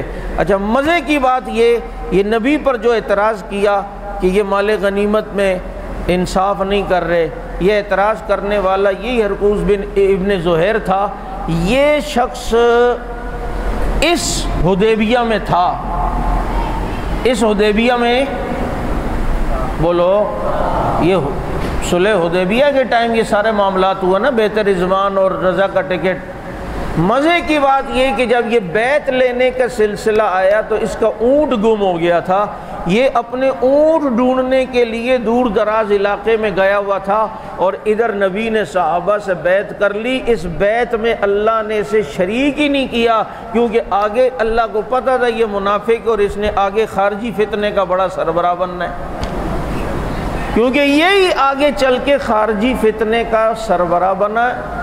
اور وہ جو نبی نے حضرت عمار کو فرمایا تھا نا کہ تقتلک فئۃ الباغیہ، کہ تجھے فئہ باغیہ قتل کرے گی، باغی گروہ تجھے قتل کرے گا، یہ وہی باغی گروہ تھا جس کا سرغنہ یہی ہرقوس ابن زہیر تھا، اور اس کی تفصیل آگے آئے گی۔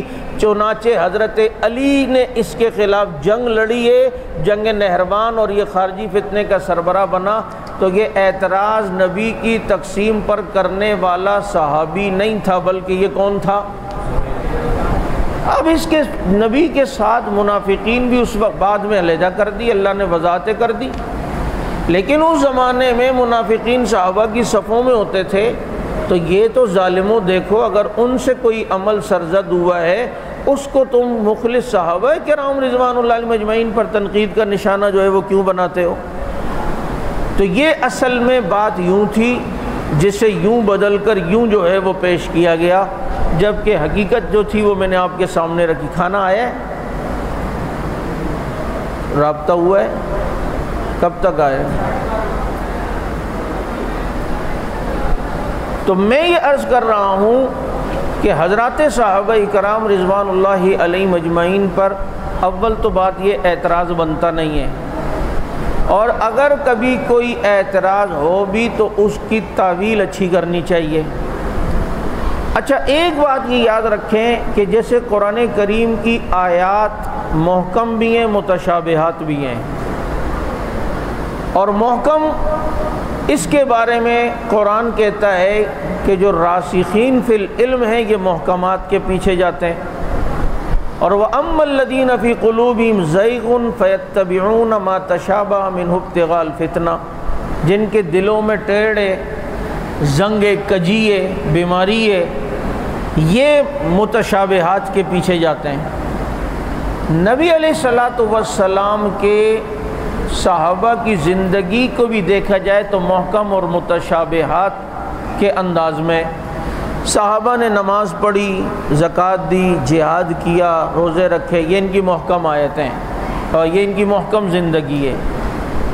جمل، صفین یا مشاجرات صحابہ یہ متشابہات میں سے۔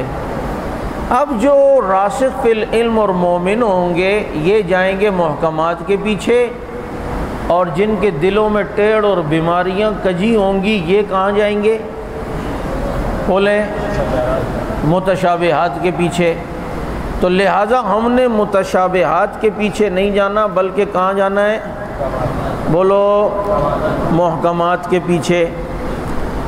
اچھا، اب ایک بڑا اعتراض، چونکہ میں اس لیے ختم کرنا چاہ رہا ہوں کہ پھر وہ آدھے میں نہ رہ جائے، کچھ آگے بڑے بات بھی ہے، بحث ہے، جیسے جنگ احد کی پسپائی صحابہ کرام سے ہوئی، اس کی کیا حقیقت ہے، یا اسی طریقے سے حوض کوثر سے جو بعض لوگوں کو بھگایا جائے گا اس پہ وہ کہتے ہیں وہ جی صحابہ ہوں گے، نعوذ باللہ، وہ کس طرح دھوکہ دیتے ہیں، یہ اعتراض کے جوابات ہیں، وہ ذرا تفصیل طلب ہیں، اور آدھے میں نہ جو ہے وہ ختم ہو جائے۔ ہم نے 12 بجے کا ٹائم کھانے والے کو دیا تھا، ابھی تک وہ آئے نہیں ہیں، تو کوئی نہیں آئے تو آپ کو بھی تو بھوک نہیں لگی ہوگی، بولو، یا لگی ہے؟ تو میں نے بھی نہیں کھایا، آپ نے بھی نہیں کھایا، برابر ہیں، تو آ جائے گا تو انشاءاللہ العزیز کھا لیں گے۔ ہمارے یہاں پڑھائی کی ٹائمنگ وہ 8 سے 12 تو ہے، لیکن میرا سبق عموماً وقفے کے بعد ہی ہوتا ہے، تو یہ پھر جب ختم ہوگا تو اس ٹائم ختم کر دیا کریں گے، کیا خیال ہے؟ لیکن اگر کسی نے نمازیں پڑھانی ہے، ظہر کی نماز وغیرہ، وہ اگر پہلے بھی بیچ سے اٹھ کے جانا چاہے تو یہاں پابندی نہیں ہے، وہ جا سکتا ہے، لیکن مکروہ ہے، مناسب نہیں ہے۔ تو ظہر کے بعد بھی انشاءاللہ العزیز پڑھائی ہوگی، رہائشی طلبہ کا بھی انتظام ہے، اور رہائشی طلبہ کے ساتھ عشاء میں بھی کبھی ہماری نشست ہو جاتی ہے، اور خوب گپ شپ کا اور الگ الگ موضوعات کا کبھی موقع مل جاتا ہے، اور وہ یہاں رہ سکتے ہیں طریقے سے، باہر کھڑکیوں پہ نہیں کھڑا ہونا، دروازے کے سامنے نہیں کھڑا ہونا، اور ایسی کوئی شکایت کا یہاں موقع نہ ملے کہ جو بعد میں جو ہے وہ اعتراض بنے۔ تو بہرحال یہ فارم ہے، یہ فارم آپ میں سے ہر ایک نے فل کرنا ہے، جو رہائشی ہیں یا غیر رہائشی، انہوں نے یہ فل کرنا ہے، تو آپ کو دینا ہے، یہ مولانا کامران صاحب کو جو ہے وہ جمع کرا دینا ہے۔ دوسری بات یہ ہے کہ اگر جو ساتھی آج شریک نہیں ہو سکے اور وہ آپ کے جاننے والے طلباء ہیں، علماء ہیں، اور وہ کل شریک ہونا چاہتے ہیں، انہیں سے کل آ جائیں۔ یہ تو 4 دن کا کورس ہے، ادھر کوئی پابندی ایسی ہے نہیں، جو 2 دن آنا چاہتا ہے وہ 2 دن آ جائے، جو 3 دن آنا چاہتا ہے 3 دن آ جائے، لیکن جب چھٹیاں ہی ہیں تو اسے قیمتی بنایا جائے۔ تو یہ اس لیے کہہ رہا ہوں کہ بہت سے ساتھیوں کے ذہن میں ہوتا ہے کہ بڑی سختی ہوتی ہوگی، بعد میں پتہ نہیں ہمیں جانے دیں گے نہیں جانے دیں گے، داخلہ ملے گا نہیں ملے گا۔ ان سے کہے آپ آ سکتے ہیں، یہ فارم جو ہے یہ بھر سکتے ہیں، اور اس میں جو ہے وہ شریک ہو سکتے ہیں، اور جتنی دیر شریک ہونا چاہیں آپ شریک ہو سکتے ہیں، اور اس کو اچھی طریقے سے آپ نے لکھنا ہے، سمجھنا ہے، اور یہاں آنے کے وقت کو جو ہے وہ قیمتی بنانا ہے۔ رہائشی طلبہ کے لیے انشاءاللہ العزیز یہاں رہائش بھی ہے، اور مغرب کے بعد عشاء کے قریب انشاءاللہ کھانے کا انتظام بھی ہوگا، یہ میرے خیال میں۔ اچھا، پھر اگر کسی نے کوئی سوال وغیرہ پوچھنے ہو، جو بات چل رہی ہوگی اسی کے متعلق بحث سے ہٹ کر نہ ہو، پتہ چلے میں یہاں پر یہ پڑھا رہا ہوں اور آپ وہاں جو ہیں کوئی اور مسائل۔ یہ دیکھو JDC والا ظفر اقبال، آپ پہلے ایک مرزا کو قابو کرنے دو، وہ کورس فری میں کرا رہا ہے، تو میں کون سے پیسے لے کے کرا رہا ہوں؟ وہ IT کورس ہے، کروا رہا ہے، بہرحال پہلے بھی ناکام رہا ہے، اب بھی ناکام رہے گا۔ وہ کون سے 5 حروف ہیں جن کے پڑھنے کے بعد دعا قبول ہوتی ہے؟ کافر کافر کتنے ہو گئے؟ اچھا یہ تو زیادہ بن رہے ہیں یار، 5 حروف نہیں ہے، 5 جملے کلمات ہیں، یا اول الاولین یا آخر الاخرین یا ذا القوۃ المتین یا راحم المساکین یا ارحم الراحمین۔ یہ سوال بھی موضوع کی مناسبت سے ہے نا، ماشاءاللہ۔ رجم اور سنگسار ایک ہی چیز ہے، رجم عربی میں ہے، سنگسار اردو میں ہے۔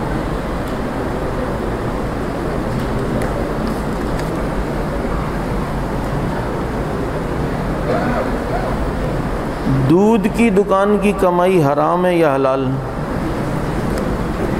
کون سے دودھ کی بات کر رہے ہو؟ مثلاً یار ڈبے والا دودھ ہے یا وہ جو بالٹی میں ملتا ہے؟ تم لوگ پتہ نہیں کیا سمجھ رہے ہو۔ کیوں نہیں حلال ہے؟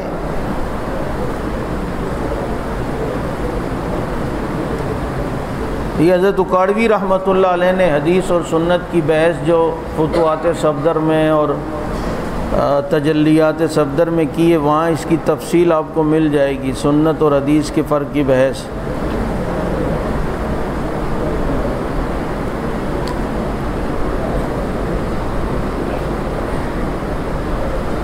صحابہ کی سیرت پر کتابوں کے نام بہت ساری، سب سے بڑی کتاب صحابہ کی سیرت پر وہ اللہ کا قرآن ہے، 1200 سے زیادہ آیات جن کی شان میں۔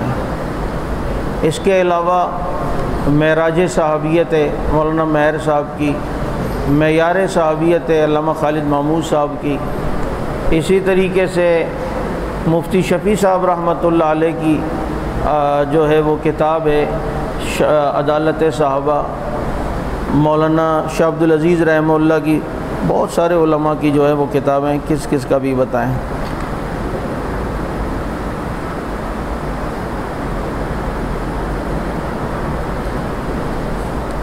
اس میں علماء کا اختلاف ہے کہ اگر کوئی شخص مرتد ہو گیا تو اس کی پچھلی نیکیاں ختم ہوں گی نہیں، اگر وہ دوبارہ مسلمان نہیں ہوا اور مرتد ہی ہو گیا تو نیکیاں تو ختم ہوں گی، لیکن دوبارہ مسلمان ہو گیا تو آیا اس کی پچھلی نیکیاں بھی کاؤنٹ ہو جائیں گی یا وہ ڈیلیٹ ہوں گی؟ اب نئے سرے سے جو مسلمان ہوا ہے تو اب شروع ہوں گی۔ تو بعض حضرات یہ کہتے ہیں کہ وہ پچھلی نیکیاں برقرار رہیں گی، اور بعض حضرات کہتے ہیں کہ نہیں، پچھلی نیکیاں برقرار نہیں رہیں گی، نئے سرے سے اسے دوبارہ وہ سلسلہ جو ہے وہ شروع کرنا پڑے گا، جبکہ صحیح بات یہ ہے کہ پچھلی نیکیاں بھی انشاءاللہ کاؤنٹ میں رہیں گی اور وہ بھی برقرار رہیں گی۔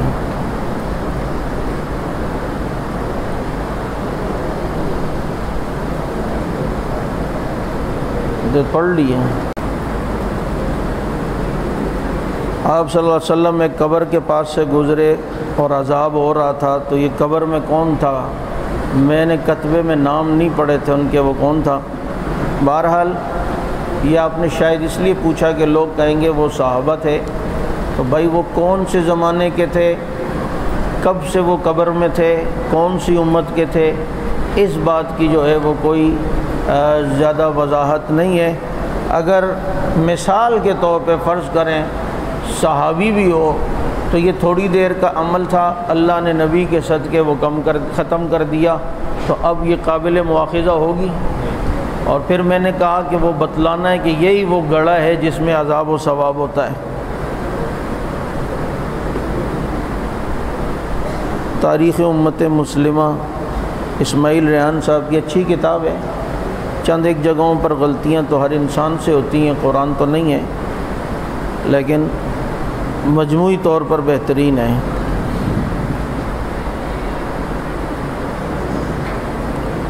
مجھے پتہ تھا، اور یہ بندہ بڑا سمجھدار لگ رہا ہے جس نے یہ سوال کیا ہے، آپ نے کہا ہے کہ 8 یا 12 سے گناہ ہوئے ہیں، تو جنگ سے بھاگنے کی غلطی میں تو 12 سے زیادہ افراد تھے، تو بڑا اچھا سوال ہے بھائی۔ ایک ہے لغزش، ایک گناہ کبیرہ۔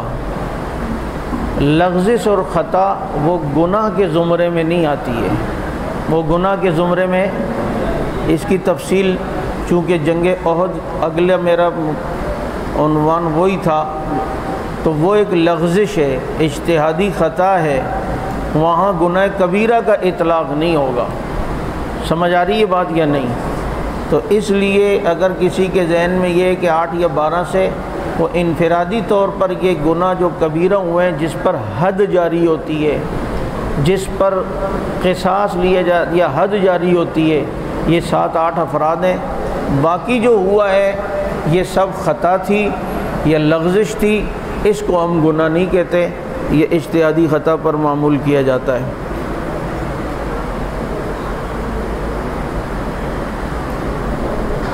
قادیانیوں سے تجارت جائز نہیں ہے تو شیعوں سے کیوں جائز ہے؟ کس نے کہا جائز ہے؟ جو جائز کہتا ہے ان سے جا کے پوچھیں۔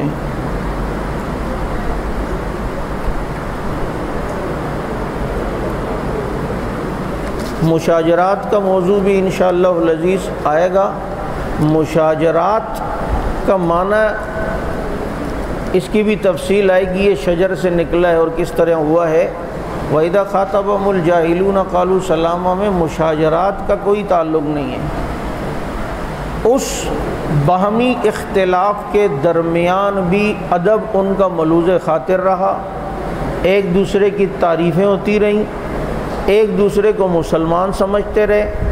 یہ ان کا حسن اور خوبی ہے کہ جس نے اپنے کو سمجھا کہ دین کو سنبھالنا اس طریقے سے بہتر ہے اور اس کے لیے تلوار بھی اٹھانی پڑے تو وہ آئے ہیں، تو یہ ان کی اخلاص تھا، ان حضرات صحابہ کرام رضوان اللہ علیہم اجمعین کی نیک نیتی تھی اور دین ہی کا جذبہ تھا۔